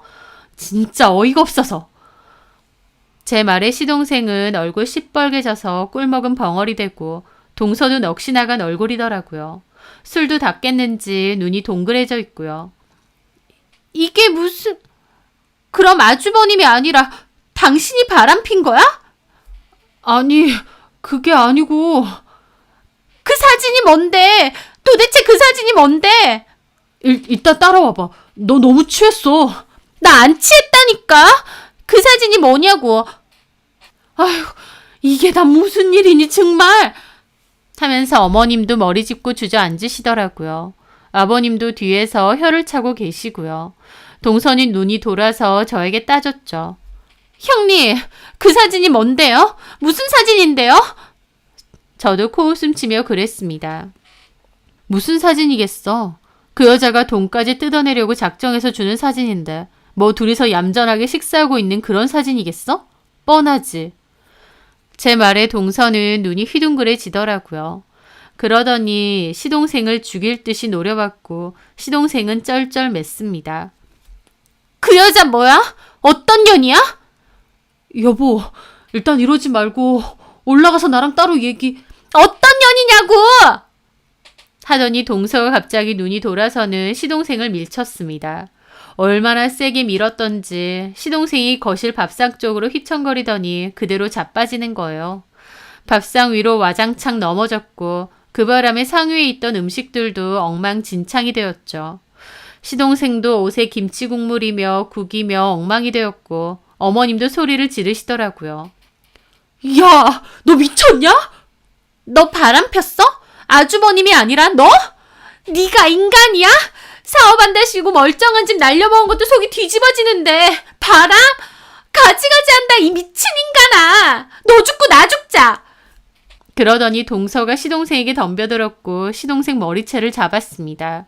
시동생도 놓으라고 소리를 지르며 동서와 엉겨붙었고요. 가족들 모두 달려들어 동서와 시동생을 겨우 떼어놓았습니다. 남편은 시동생 잡아 끌고 밖으로 도망갔고 저랑 어머님은 바닥에 주저앉아 통곡을 하는 동서 옆에 있었죠. 동서는 바닥을 구르며 꺼이꺼이 울더라고요. 2층에서 게임하고 있던 아이들도 내려와서 그 꼴을 보고 경악을 하길래 제가 급하게 올라가서 내려오지 말고 2층에 좀 있으라고 했습니다. 정말 아수라장이 따로 없었죠. 어머님은 울고불고 하는 동서 데리고 방으로 들어가셨고 저는 개판이 된 거실을 좀 치우고 있는데 남편이 들어오더라고요. 도련님 어디 갔냐니까 그냥 저희 남편도 뿌리치고 어디론가 가버렸다고 했습니다. 그러면서 우리도 그냥 가자고 하더라고요. 그래서 결국 난장판이 된 집을 대강 치우고 저희도 집으로 돌아왔습니다. 그날의 일은 정말 다시 생각도 하기 싫을 정도로 개판 그 자체였죠. 그 일 이후로 동서와 시동생은 이혼 안에 만회했습니다. 동서가 생활비도 없어서 빌빌거리는데 그 와중에 유흥주점 다니고 여자한테 돈 쓰러 다닌 시동생을 도저히 용서 못하겠다고 했대요. 시동생 역시도 자기가 잘못했기로서니 술 먹고 폭력 쓰고 그런 깽판 부리는 동서를 이해 못하겠다고 했고요. 하지만 한창 이혼 얘기가 오가다가 얼마 지나지 않아 잠잠해졌습니다. 어쩌기로 한 건지 그냥 덮어두기로 한 건지 그냥 지내더라고요. 다만 둘 사이가 너무 안 좋아져서 시부모님도 같이 지내기 숨막힌다고 하실 정도였죠. 저하고 동서는 더 이상 예전처럼 지내지 않습니다. 당연한 일이겠죠. 그런 일이 있었는데 예전처럼 어떻게 지내겠나요? 동서와 저는 더 이상 따로 연락하지 않고 만나지도 않습니다. 저도 꼭 필요한 가족 모임 아니면 거의 시댁에 가지 않고 가더라도 시부모님만 따로 뵌 적도 있어요. 동서의 그 징그러운 속마음을 알게 되었는데 예전처럼 보기도 싫고 지내고 싶지도 않거든요. 동서는 그 후로 딱 한 번 미안하다고 울면서 사과를 한 적이 있습니다. 형님, 전에 제가 그렇게 말한 건 죄송해요. 형님을 정말 그렇게 생각해서가 아니라 친구들이랑은 그냥 아무 말이나 하잖아요. 시댁 욕도 하고요. 저도 형님이 저한테 잘해주시는 거 아는데요. 그냥 친구들 앞에서 괜한 소리 좀 한 것뿐이에요. 돈 좀 있다고 콧대 높다 그 정도로요. 진짜 그 말 말고는 더 욕 안 했어요. 형님, 우리 계속 한 식구로 지내야 되는데 언제까지 담 쌓고 살 순 없잖아요. 저 그 인간이랑 그냥 살기로 했어요. 이혼하려고 했는데 이혼한다고 뾰족할 수도 없고 저도 따로 애 키울 여력도 안 되고 그냥 그래서 묻어두고 살아요. 그런 제 속이 오죽하겠냐고요. 형님이라도 저 용서해 주시고 우리 예전처럼 다시 사이좋게 지내요. 네? 그 말에 제가 그랬습니다. 동서, 그래 말 잘했네. 여태까지 동서도 나한테 물론 잘했지만 나도 동서한테 잘했어. 서로 그렇게 잘하고 잘 지냈는데 동서가 일방적으로 내 뒤통수 때린 거잖아. 남편 바람난 줄 알고 내가 힘들어하니까 앞에선 위로해주는 척 해놓고 뒤에선 쌤통이네 뭐네 그런 소리까지 들었는데 소름 끼쳐서 어떻게 예전처럼 지내? 그건 안 될 소리야. 동서랑 나랑은 이미 강을 건넌 거야. 동서가 이혼 안 하고 그냥 살기로 했다니까 그 뜻 존중해. 근데 솔직히 말하면 그러던지 말던지 내 알 바 아니야. 동서 속이 어떤지 마음이 어떤지 나 궁금하지도 않고 내 상관도 아니라고. 나는 동서랑 교류 없이 지내도 불편할 거 하나도 없거든. 그러니까 앞으로 이런저런 하지 마. 알았어? 저는 그렇게 동서를 끊어냈습니다. 어쨌든 가족으로 얽혀 있으니 척지고 지낼 건 아니지만 그렇다고 전처럼 마음 주고 정 주고 잘 지낼 생각은 눈꼽만치도 없어요. 제 고통을 쌤통이라고 생각하고 신나하는 인간인데 제가 뭐하러 그렇게 하겠나요? 그리고 동서도 저라는 사람을 잃은 것이 아쉽다기보다 제가 이것저것 물질적으로 동서한테 해주는 것이 많았다 보니 그런 게 아쉬운 거겠죠. 저도 더 이상 그런 호구짓은 안 하렵니다. 남편에게 들어보니 시동생과 동서는 이혼만 안 했다 뿐이지 남이나 다를 바 없이 산대요. 또 동서는 한 번씩 술 먹고 시동생을 쥐잡듯이 잡는다고 하고 시동생도 차라리 이럴 거면 이혼하자는 소리도 여러 번 했답니다. 동서와 시동생 때문에 집이 바람잘 날이 없고 시부모님도 이럴 거면 너네 나가 살라고 여러 번 그러셨대요. 자꾸 이러면 그냥 쫓아낼 생각도 있다고 하시더라고요. 어쨌든 그 둘은 지지고 볶고 살면서도 그냥 이혼은 안 하고 꾸역꾸역 같이 살고는 있더라고요. 시부모님도 저희 남편도 시동생 부부 때문에 걱정이 많던데 솔직히 저는 관심도 없고 그러던지 말던지 아무 생각도 없네요. 앞과 뒤가 너무나도 달랐던 동서. 내 불행이 본인에게는 아주 신나는 가십거리였던 것 같은데 어처구니 없게도 그 불행은 동서 본인 것이었네요. 그런 이중적인 마음으로 살면 결국 불행한 건 본인 스스로라는 것도 깨닫길 바랍니다. 제 사연 들어주셔서 감사합니다.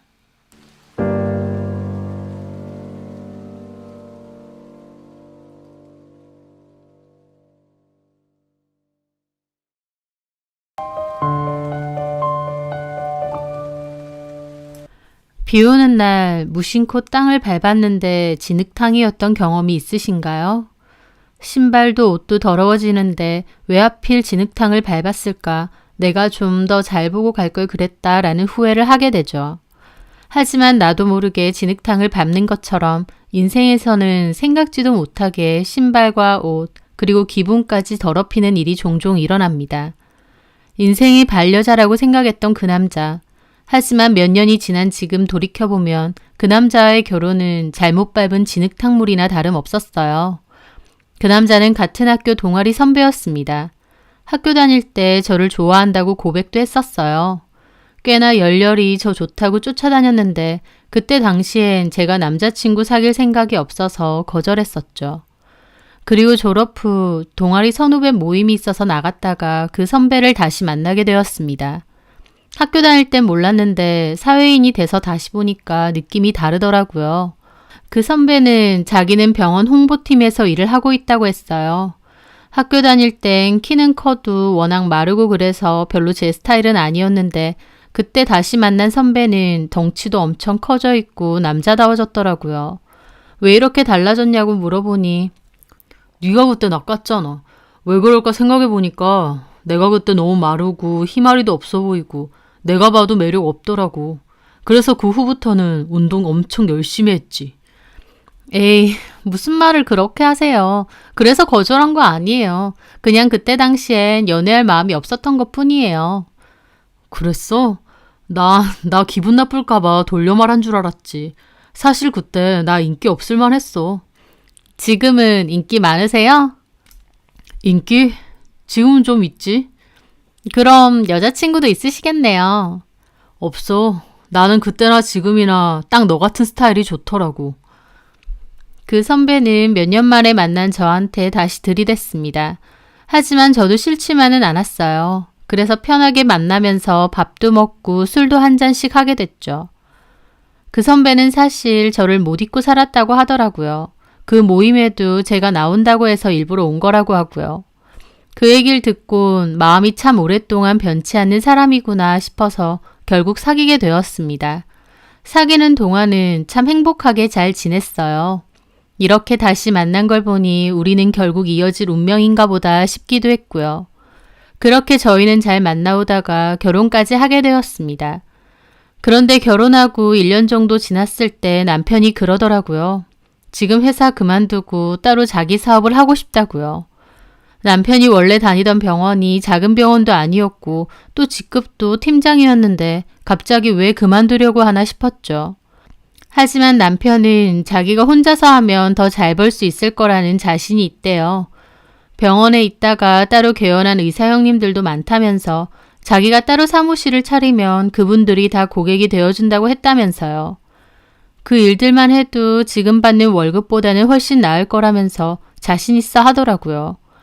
남편이 일하는 분야에 대해선 저도 잘 모르기도 하고 워낙 잘할 수 있다면서 자신만만해 하니까 알아서 잘해보라고 응원해 주었습니다.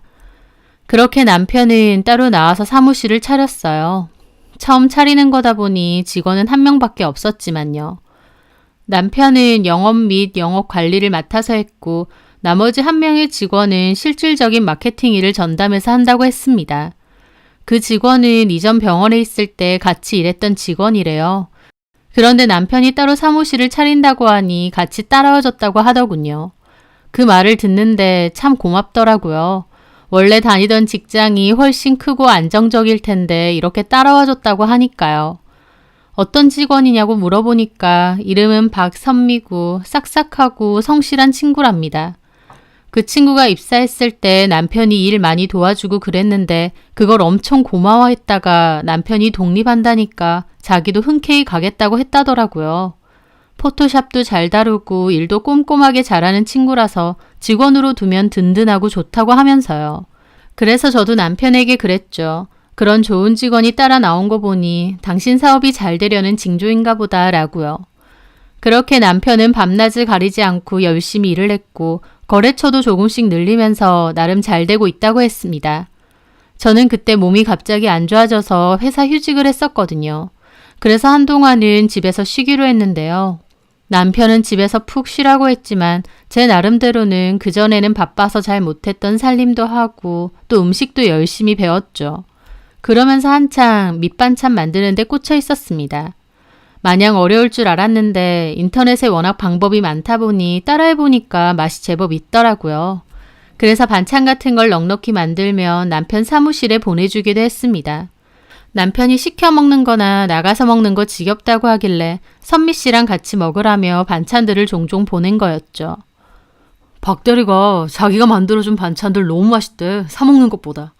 진짜? 백종원 레시피 보고 만든 건데 맛있어서 다행이다. 완전 잘 먹어. 덕분에 밥값도 좀 굳는 거지 뭐. 박대리 걔가 혼자 살다 보니까 집밥 같은 걸 더 좋아하더라고. 사 먹는 것보다. 아, 혼자 살아? 원래 고향은 진주래. 혼자 올라와서 산다네. 그렇구나. 저는 그 말을 듣고 반찬 만들 때 따로 한 통씩 더 만들었습니다. 그리고 남편에게 말했죠. 이거 선미 씨한테 주라고요. 남편은 저보고 참 섬세하다고 고맙다고 하더라고요. 제 딴에는 남편 사무실에 하나밖에 없는 직원이다 보니 월급을 더 못 줄지언정 이런 거라도 더 챙겨주고 싶었거든요. 반찬을 보냈던 그날 오후 모르는 번호로 문자가 왔어요. 안녕하세요 사모님. 저 사장님 밑에서 일하는 박선미예요. 보내주신 반찬 잘 받았어요. 마음 써주셔서 고맙습니다. 잘 들고 가서 먹을게요. 그걸 보는데 저도 모르게 한박 웃음이 나더라고요. 인사성도 밝고 남편 말대로 참 싹싹하신 분이구나 싶고요. 저도 맛있게 드시고 또 필요하면 말하시라 그랬죠. 그러던 어느 날이었습니다. 그날은 남편 출근하고 오전에 반찬들을 좀 만들었는데 먹다 보니 그날따라 너무 맛있는 거예요. 이건 오래 지날수록 맛이 없겠다 싶어서 내가 직접 사무실에 갖다 줘야겠다 싶었죠. 그날 점심에 먹으라고요. 그래서 저는 반찬을 싸들고 남편의 사무실로 가게 되었습니다. 그런데 문이 잠겨 있고 사무실 안에는 아무도 없더라고요. 남편은 외근을 나가는 일이 종종 있다 보니 선미 씨랑 같이 외근 나갔나 보다 싶었죠. 어차피 비밀번호는 알고 있으니까 안에 두고 가야겠다 싶어서 들어가게 되었습니다. 그리고 냉장고에 반찬들을 채워놓고 있었는데 갑자기 배가 살살 아픈 겁니다. 그래서 저는 급하게 사무실에 있는 화장실을 들어가게 되었어요. 그런데 잠시 후 밖에서 인기척이 나더라고요. 들어보니 남편과 선미 씨였는데 미팅이 있어서 가야 되는데 중요한 서류를 놓고 갔다. 그걸 왜 깜빡했느냐. 얼른 챙겨서 가자. 그런 대화였습니다. 그런데 두 사람이서 하는 대화가 좀 이상한 겁니다. 아무리 사장 한 명에 직원 한 명이 전부인 작은 회사라지만 그래도 회사이고 엄연한 상사와 부하 직원인데도 두 사람은 아무렇지 않게 반말을 하더라고요. 아, 자기가 챙긴다 그래놓고. 야, 이런 건 직원이 챙겨야지. 사장님이 챙긴다며. 그래서 난 알아서 챙긴 줄 알았지. 일단 빨리 찾아봐. 얼른 가자. 기다려봐. 누구 때문인데? 나 때문이야? 당연하지. 참나, 요게? 아, 뭐해. 시간 없는데. 둘은 완전 친한 사이처럼 장난을 치는 겁니다. 근데 그 와중에 쪽쪽거리는 소리도 들리고 저는 너무 놀라 입을 틀어막았죠. 두 사람의 대화만 들어도 단순한 사장과 직원 관계가 아니라는 것을 알 수 있었으니까요. 야, 오늘 저녁에 갈래? 또? 어제도 갔잖아. 와이프가 의심 안 해? 야근한다고 했지. 고생 많다고 오히려 걱정해 주던데? 대박이다 진짜. 고생은 고생이지. 다른 고생? 야, 오늘 그거 써볼래? 왔어? 오, 택배로 왔지. 내 책상에 넣어놨어. 그러든가. 그러면서 문을 닫고 나가는 소리가 들리더라고요. 저는 휘청거리면서 화장실에서 나왔죠. 저 두 사람이 그렇고 그런 사이라니 분명히 다 들었는데도 믿기지가 않더라고요. 저는 비틀거리며 사장실로 들어갔습니다. 그리고 남편 책상 서랍을 뒤졌죠. 그리고 그곳에서 생전 처음 보는 회개망측한 성인 용품들을 보게 되었습니다. 너무 경악한 저는 입이 떡 벌어졌죠. 저것들이 진짜 그렇고 그런 사이구나. 그냥 사장과 직원이 아니구나 라는 것을 제 눈으로 확인한 기분이라고나 할까요? 저는 거의 쓰러지듯 의자에 앉았어요. 남편의 외도 사실을 이런 식으로 알게 될 거라고는 상상도 못했습니다. 그냥 반찬만 가져다 줄 생각이었는데 이런 대화를 들을 거라고 예상이나 했겠나요? 그리고 남편에 대한 배신감도 어마어마했죠. 남들 다 그러고 다닌다 어쩐다 해도 제 남편만큼은 아니라고 생각했으니까요. 그런데 이렇게 대놓고 뒤통수를 맞았던 겁니다. 바쁘게 외근 다니고 밤에는 야근한다고 고생 많다고 한약에 비타민까지 열심히 챙겨줬는데 어떻게 이럴 수가 있는지. 그러면서 제 앞에선 바람피는 상간녀 칭찬하고 성실하고 싹싹한 직원이라고 그러고 저는 덩달아서 고맙다고 하고 어떻게 이런 일이 나에게 생기나 너무 기가 막힐 따름이었습니다. 저는 비틀거리며 집으로 돌아왔어요. 그날 아무것도 못하고 멍하게 앉아 있었죠. 남편과 그 여자의 대화를 곱씹으면서요. 남편 독립할 때 따라 나왔던 거, 그게 어쩌면 두 인간들이 이미 예전부터 그렇고 그런 사이일 수도 있겠다 싶었습니다. 저는 그것도 모르고 참 고마운 사람이다, 인복이 있다, 어쩐다 했었네요. 남편은 아니나 다를까 그날 저녁 야근 때문에 늦게 간다고 했습니다. 그 문자를 보는데 참담하더라고요. 저에게는 야근이라고 하고 어디 가서 무슨 짓을 하고 있는 건지. 사랑해서 결혼까지 한 사람에게 그런 식으로 뒤통수를 맞게 되면 순식간에 마음은 지옥으로 변해버립니다. 물 한 모금 먹지 못하고 배신감에 울다가 멍하게 있다가 그렇게 기절하듯 잠이 들었는데 다음날 아무렇지 않게 저를 대하는 남편을 보는 게 너무 괴롭더라고요. 당장이라도 박선미 그 여자와 무슨 관계냐 따져 묻고 싶었어요. 하지만 그때까지도 제 마음이 너무 혼란스러웠기에 일단 모른 척 했습니다. 그러다가 며칠 후 남편이 또 야근을 한다고 말했어요. 저는 그 연락을 받자마자 급하게 남동생에게 차를 빌린다고 했죠. 남동생은 무슨 일이냐며 제가 횡설수설하고 제정신 같지 않다고 했어요. 저는 겨우 자초지정을 말했더니 남동생이 입에 개거품을 물면서 그것들 가만 안 둔다고 하더라고요. 그러면서 제가 제정신이 아니니 자기가 운전을 해주겠다. 그것들이 혹시 모텔에서 나오거나 하면 저보고 사진을 찍으라고 했습니다. 제가 운전하면 너무 위험하다면서요. 그렇게 저는 남동생 차를 타고 남편 사무실 근처에 숨어 있었어요. 7시가 넘어도 안 나오길래 진짜 야근인가 했는데 그때쯤 그 여자와 나오더라고요. 그러더니 남편 차를 타고는 어디론가 가는 겁니다. 두 인간들은 멀지 않은 곳에 식당에 들러서 밥을 먹었고 그 식당에서도 1시간 넘게 안 나왔어요. 저와 남동생은 아무 말도 안 하고 한숨만 쉬며 기다리고 있었죠. 그렇게 1시간 정도를 기다리니 둘은 기분이 좋은지 반쯤 껴안고 나왔어요. 남동생이 사진 찍으라 해서 최대한 줌을 당겨서 찍었는데 밤이라서 정확하진 않지만 그래도 웬만큼 식별은 가능하게 찍혔더라고요. 그렇게 두 사람은 다시 차를 타고 갔는데 머지않아 도착한 곳은 모텔이었습니다. 남편의 차가 모텔 안으로 들어가는 것도 급하게 찍었어요. 남동생은 저보고 30분 정도 있다가 연락하라고 그리고 기습해서 사진을 찍자고 했어요.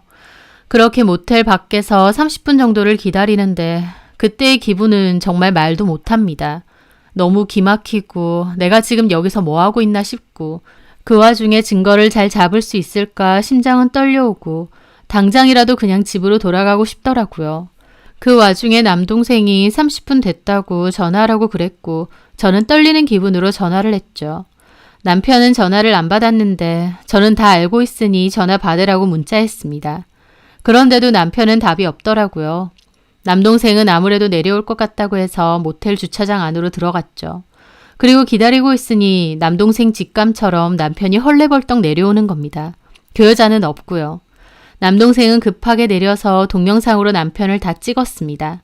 매형은 이게 무슨 짓이냐고 따지고 남편 어쩔 줄 몰라 하며 얼굴을 가리고 제가 따라 내려서 남편을 보고 있으니까 남편은 일단 집에 가서 얘기하자고 여기서 이러지 말자고 막 그러는 겁니다. 저는 남동생한테 도와줘서 고맙다고 나중에 따로 연락하겠다 하고 남편 차 타고 집으로 왔습니다. 집으로 가는 내내 남편은 안절부절 어쩔 줄 몰라 하더라고요. 저는 아무 말 하지 않고 참담한 기분으로 창밖만 보고 가고요. 집에 가자마자 남편은 잘못했다고 무릎 꿇고 빌었습니다. 저는 그 여자는 어디 갔느냐 하니까 제 문자 보고 자기 혼자 내려왔다고 하더라고요. 언제부터 그런 사이였냐니까 얼마 안 됐답니다. 제가 웃기지 말라고 얼마 안 된 사이가 성인용품 쓰고 그 난리를 치느냐고 미친 것들 아니냐고 생 난리를 쳤죠. 집에 있는 물건들도 좀 집어 던졌고 울고불고 했습니다. 저도 그때는 제정신이 아니었거든요. 남편은 잘못했다고 계속 빌었고 저는 하나부터 10까지 다 정확하게 얘기하라 했습니다. 그런데 남편 하는 소리는 박선미가 자기 독립하는데 회사 따라와 준 게 고마워서 회식 겸 밥을 샀대요. 그런데 그때 술을 먹다가 둘 다 너무 취했답니다. 그래서 충동적으로 모텔을 갔고 생각보다 잘 맞아서 그 뒤에 한 번씩 그렇게 갔답니다. 저는 남편에게 그 여자 사랑하느냐고 하니까 남편 펄쩍 뛰더라고요. 사랑 무슨 그냥 취향 같은 게 잘 맞았을 뿐이지. 내가 사랑하는 건 자기밖에 없어. 얼마나 괴소린 줄 알지? 진짜야. 진짜 걔랑 나랑은 코드 같은 게 맞았을 뿐이고 걔도 결혼한 남자 있는데 뭐. 뭐? 정말이야. 내가 잘못했어. 우리 그런 진지한 사이 아니야. 나 걔 바로 자를게. 다시는 안 만날게. 제발 이혼만은 하지 말자. 남편은 저를 사랑한다며 이혼만은 하지 말자고 빌었습니다. 저는 아무 말도 하고 싶지 않아서 당분간 생각할 시간이 필요하니 말 걸지 말라고 했고요. 그 후 저는 정말 지옥 같은 시간을 보냈죠. 잠도 잘 수가 없었습니다. 하지만 그 와중에도 남편은 박선미 잘났다며 자기가 잘못했다고 계속 빌었습니다. 남편 얼굴만 보면 그 일이 떠올라 미치겠으면서도 또 남편이 계속 잘못했다고 빌고 그 여자랑도 다 끝난다고 하고 이걸 그냥 한 번은 덮어줘야 되는 건가 혼란스럽더라고요. 저는 더 이상 그 일에 대해서 말은 꺼내지 않았어요. 남편은 제가 그 일을 얘기 안 하니까 용서했다고 생각했는지 저한테 앞으로 잘하겠다고 했고 또 실제로도 잘하려 노력했습니다. 하지만 남편이 그렇게 해도 한번 믿음이 사라지니 계속 의심만 들고 집착만 생기더라고요. 그러다가 남편 폰도 뒤져보게 되었어요. 남편은 잘 때도 폰을 주머니에 넣고 잘 정도로 폰을 늘 끼고 살거든요. 근데 그날은 웬일로 그냥 올려놨길래 밤에 잠도 못 자고 뒤져봤습니다. 그런데 박선미 그 여자와 남편이 나눈 대화를 본 저는 다시 실소가 터져나왔죠. 남편은 급하게 그 여자를 회사에서 자르고 정리한다고 했지만요. 정확히는 남편과의 관계를 잘라낸 건 남편이 아닌 그 여자였습니다. 두 사람의 대화는 이랬어요. 그냥 바로 퇴사 처리해줘요. 왜? 걸렸다며. 사무실 와서 난리라도 치면 어떡해. 그렇게 안 해. 어차피 그만둘 건데 그냥 좀 땡겼다 생각하고 처리해줘요. 내가 아는 동생 소개시켜줄 테니까. 걔 출근시키면 되잖아. 걔 일 잘해. 그래도 원래 결혼하고서도 좀 더 다닌다 했잖아. 싫어. 괜히 걸리면 내 결혼까지 파토나. 어차피 결혼 준비 때문에 시간도 없기도 하고. 그리고 내 결혼까지 파토시키기만 해봐. 나 가만 안 있어. 알았어. 그럼 언제까지 다닐 건데? 웬만하면 빨리. 인수인계까진 해줘. 근데 이혼해? 아니, 안 할 듯. 그냥 덮어줄 듯. 다행이네. 괜히 이혼한다 그러면 나도 미안할 뻔. 그걸 보는데 너무 어이가 없으니까 웃음만 나더라고요. 오히려 이 여자가 결혼 때문에 먼저 그만두겠다고 한 거고 남편은 도리어 잡는 거였으니까요. 게다가 남의 가정은 파탄지경인데 본인 결혼은 소중해서 알리면 가만 안 있겠다니. 진짜 뭐 이런 쓰레기만도 못한 것들이 다 있나 싶더군요. 당장이라도 자는 남편 뺨이라도 날리고 싶은 거 꾹 참았죠. 그리고 그 여자 번호를 토대로 정보를 찾아보니 그 여자는 개인 SNS를 운영하고 있었습니다. 하는 일 자체가 온라인 마케팅 쪽이다 보니 개인 SNS도 활발하게 운영하고 있더라고요. 그렇게 지켜보니까 웨딩 촬영했다며 사진도 올리고 남편 되는 사람 사진도 올리더라고요. 내 사랑스러운 예랑이라고 해놓으면서요. 직장 사장인 유부남하고는 더럽게 어울려 놀아놓고 아무렇지 않은 척 결혼을 준비하며 행복해하는 모습이 가증스러웠죠. 저는 어디 두고 보자 생각했습니다. 그리고 저는 남편과 갈라서지 않았어요. 남편은 초반에는 잘못했다고 빌고 잘하려고 했지만 제가 끝까지 냉랭하게 구니까 나중에는 도리어 뭐 어쩌자는 거냐고 난리도 쳤습니다. 지가 바람 펴놓고 얼마나 뻔뻔하던지 저도 그러든가 말든가 그냥 무시했어요. 그러고 나선 남편과의 냉전 상태로 계속 지냈죠. 남편은 이럴 거면 이혼하자고 했지만 저는 이혼은 내가 하고 싶을 때 할 거다. 너는 그런 말할 자격 없다고 못 박아두었습니다. 남보다도 못하게 지냈는데 그렇게 지내는 게 저라고 좋겠나요? 하루하루 죽을 맛이죠. 하지만 꾸역꾸역 참았습니다. 그리고 매일매일 그 여자 SNS를 염탐했어요. 그 여자는 모두의 축복을 받으며 결혼식도 올렸고 신혼여행도 갔어요. 신혼여행지에서도 너무나도 행복하다며 지 남편과 찍은 사진들을 수도 없이 올리더라고요. 사진 속 그 얼굴이 진짜 행복해 보였습니다. 그래서 저도 그걸 보고 웃었죠. 그래, 더 많이 실컷 행복해라. 더 행복해야 그 행복이 깨졌을 때 내 기분을 조금이라도 알겠지라고 말이죠. 그리고 그 여자가 신혼여행에서 다녀오고 한 달 정도 지났을 무렵 저는 그 전에 상담했었던 변호사 사무실을 찾아갔습니다. 그리고 이제 상간소장을 보내겠다고 했죠. 전화번호로 송달 지역을 알아낼 수 있다고 해서 그 여자 주소지는 이미 확보해 뒀었거든요. 그렇게 저는 두 사람에게 소장을 보냈습니다. 하나는 그 여자, 또 다른 하나는 남편에게요. 8일 정도가 지났고 남편이 먼저 사무실로 송달을 받고 난리가 났습니다. 결국 이혼하자고 할 거면서 왜 그동안 사람 피를 말렸냐면서요. 그 말에 저는 코웃음이 나더라고요. 네가 직원이랑 바람펴서 내 삶을 송두리째 지옥 만들어 놓고 겨우 네 마음 좀 불편한 게 무슨 대수라고 이러는 거냐 따졌습니다. 증거는 충분하고 우리는 이미 끝났다고 했죠. 남편은 왜 그럼 바로 이혼을 결정하지 않았냐길래 그 여자 결혼할 때까지 기다렸다고 했습니다. 제 말에 남편은 도리어 저보고 무섭다느니 어쩌느니 하는데 무섭다뇨. 진짜 이 인간은 도저히 같이 살 인간이 아니다 싶더라고요. 상처받은 와이프가 조금이나마 되돌려주고 싶어서 꾸역꾸역 버텼다고는 생각 못하고 저보고 도리어 무섭답니다. 나는 네가 더 무섭다고 아무렇지 않게 거짓말하고 속이려 드는 네 뻔뻔한 낯짝이 더 무섭다고 일갈했죠. 그리고 이혼하자고 위자료도 제대로 준비해두라 했습니다. 시부모님께도 우리 부모님께도 이 사실 그대로 알릴 거라고 했고요. 그리고 저는 친정으로 나와 있었는데 그 후에 이번엔 그 여자가 송달을 받고 전화가 왔습니다. 생각보다 차분하게 전화를 했더라고요. 화나신 건 알겠는데요. 그래도 이건 아니잖아요. 이미 끝난 지 몇 개월이나 지난 일이고. 결혼해서 행복해요? 네? 결혼했다면서요. 신혼일 텐데 행복하죠? 남편 직장도 좋고 인물도 좋고 결혼 참 잘했던데요. 지금 뭐 하시는 거예요? 뭐 하긴요. 이럴 줄 몰랐어요? 내가 바로 뭔가를 안 했다고 그 후에도 아무 일 없을 줄 알았어요? 제 말에 그 여자는 목소리가 점점 커지더라고요. 이혼 안 한다면서요. 부부 사이에 일은 두 사람이 해결하면 되지. 왜 저한테까지 이러세요?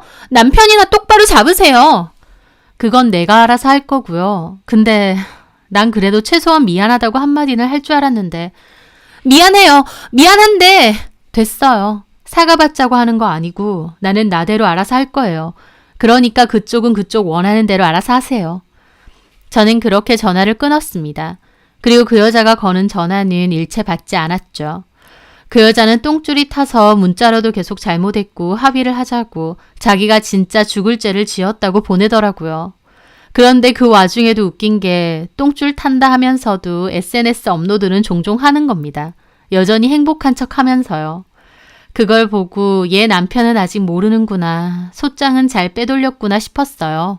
그래서 남편에게도 알려주기로 했죠. 다행히 남편이 종종 댓글을 달아서 남편 아이디도 알고 있었거든요. 저는 그 아이디로 메시지 하나를 보냈습니다. 박선미 씨 남편이시죠? 저는 박선미 씨가 결혼 직전에 다녔던 회사 사장의 아내예요. 간략하게 말하자면 박선미 씨는 제 남편하고 상사 직원 이전에 잠자리 상대였습니다.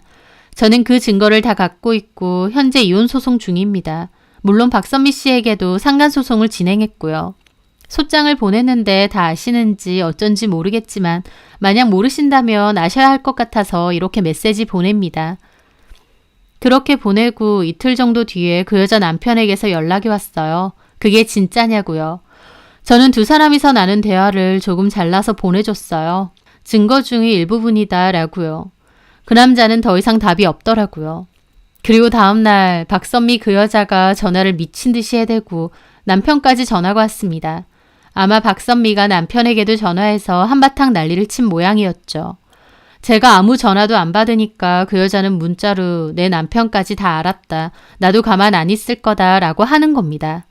그래서 제가 지금 협박하는 거냐고 협박죄도 추가될 거라고 했습니다. 그 여자는 더 이상 답장 안 하고요. 그렇게 저는 남편과의 이혼 소송과 위자료 소송, 그 여자를 상대로 한 위자료 소송을 진행했습니다. 소송은 거의 1년 정도 끌다가 겨우 마무리가 되었어요. 소송 중에 들으니 소장을 읽은 그 여자의 남편도 그 여자에게 이혼하자고 했다더군요. 제가 소장에 엄청 자세하게 적었고 두 사람이 변태적인 행위를 즐기는 사이였다는 내용도 다 적었거든요. 이제 갓 결혼한 신혼부부였는데 그런 내용을 읽고 어떻게 결혼 생활을 계속 유지하겠나요?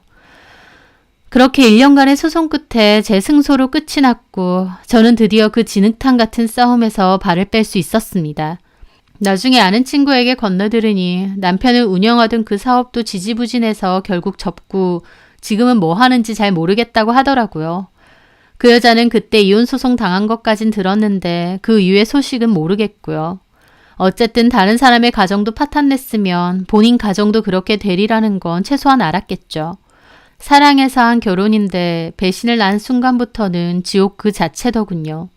하지만 이렇게라도 꾸역꾸역 버텨서 최소한의 벌이라도 준 것 같아 다행이고 이렇게라도 하니 억울한 마음이 조금이나 해소가 되는 것 같습니다. 저도 모르게 질척거리고 지저분한 진흙탕에 발이 빠졌지만 어쩔 수 없는 일이잖아요. 살다 보면 그것보다 더 큰 진흙탕이 생길 수도 있을 테고요. 이미 신발이고 옷이고 더러워졌다고 다 그 속에 꾸역꾸역 있는 것보다 빨리 발을 빼고 씻어내는 게 중요하다고 생각합니다. 남들은 뭐라고 할지언정 저는 제 나름대로 위기에서 잘 빠져나왔다고 생각해요. 그때의 지옥 같은 기분을 잘 견뎌낸 제 스스로를 위로하면서 앞으로는 좋은 일만 가득했으면 합니다. 제 사연 들어주셔서 감사합니다.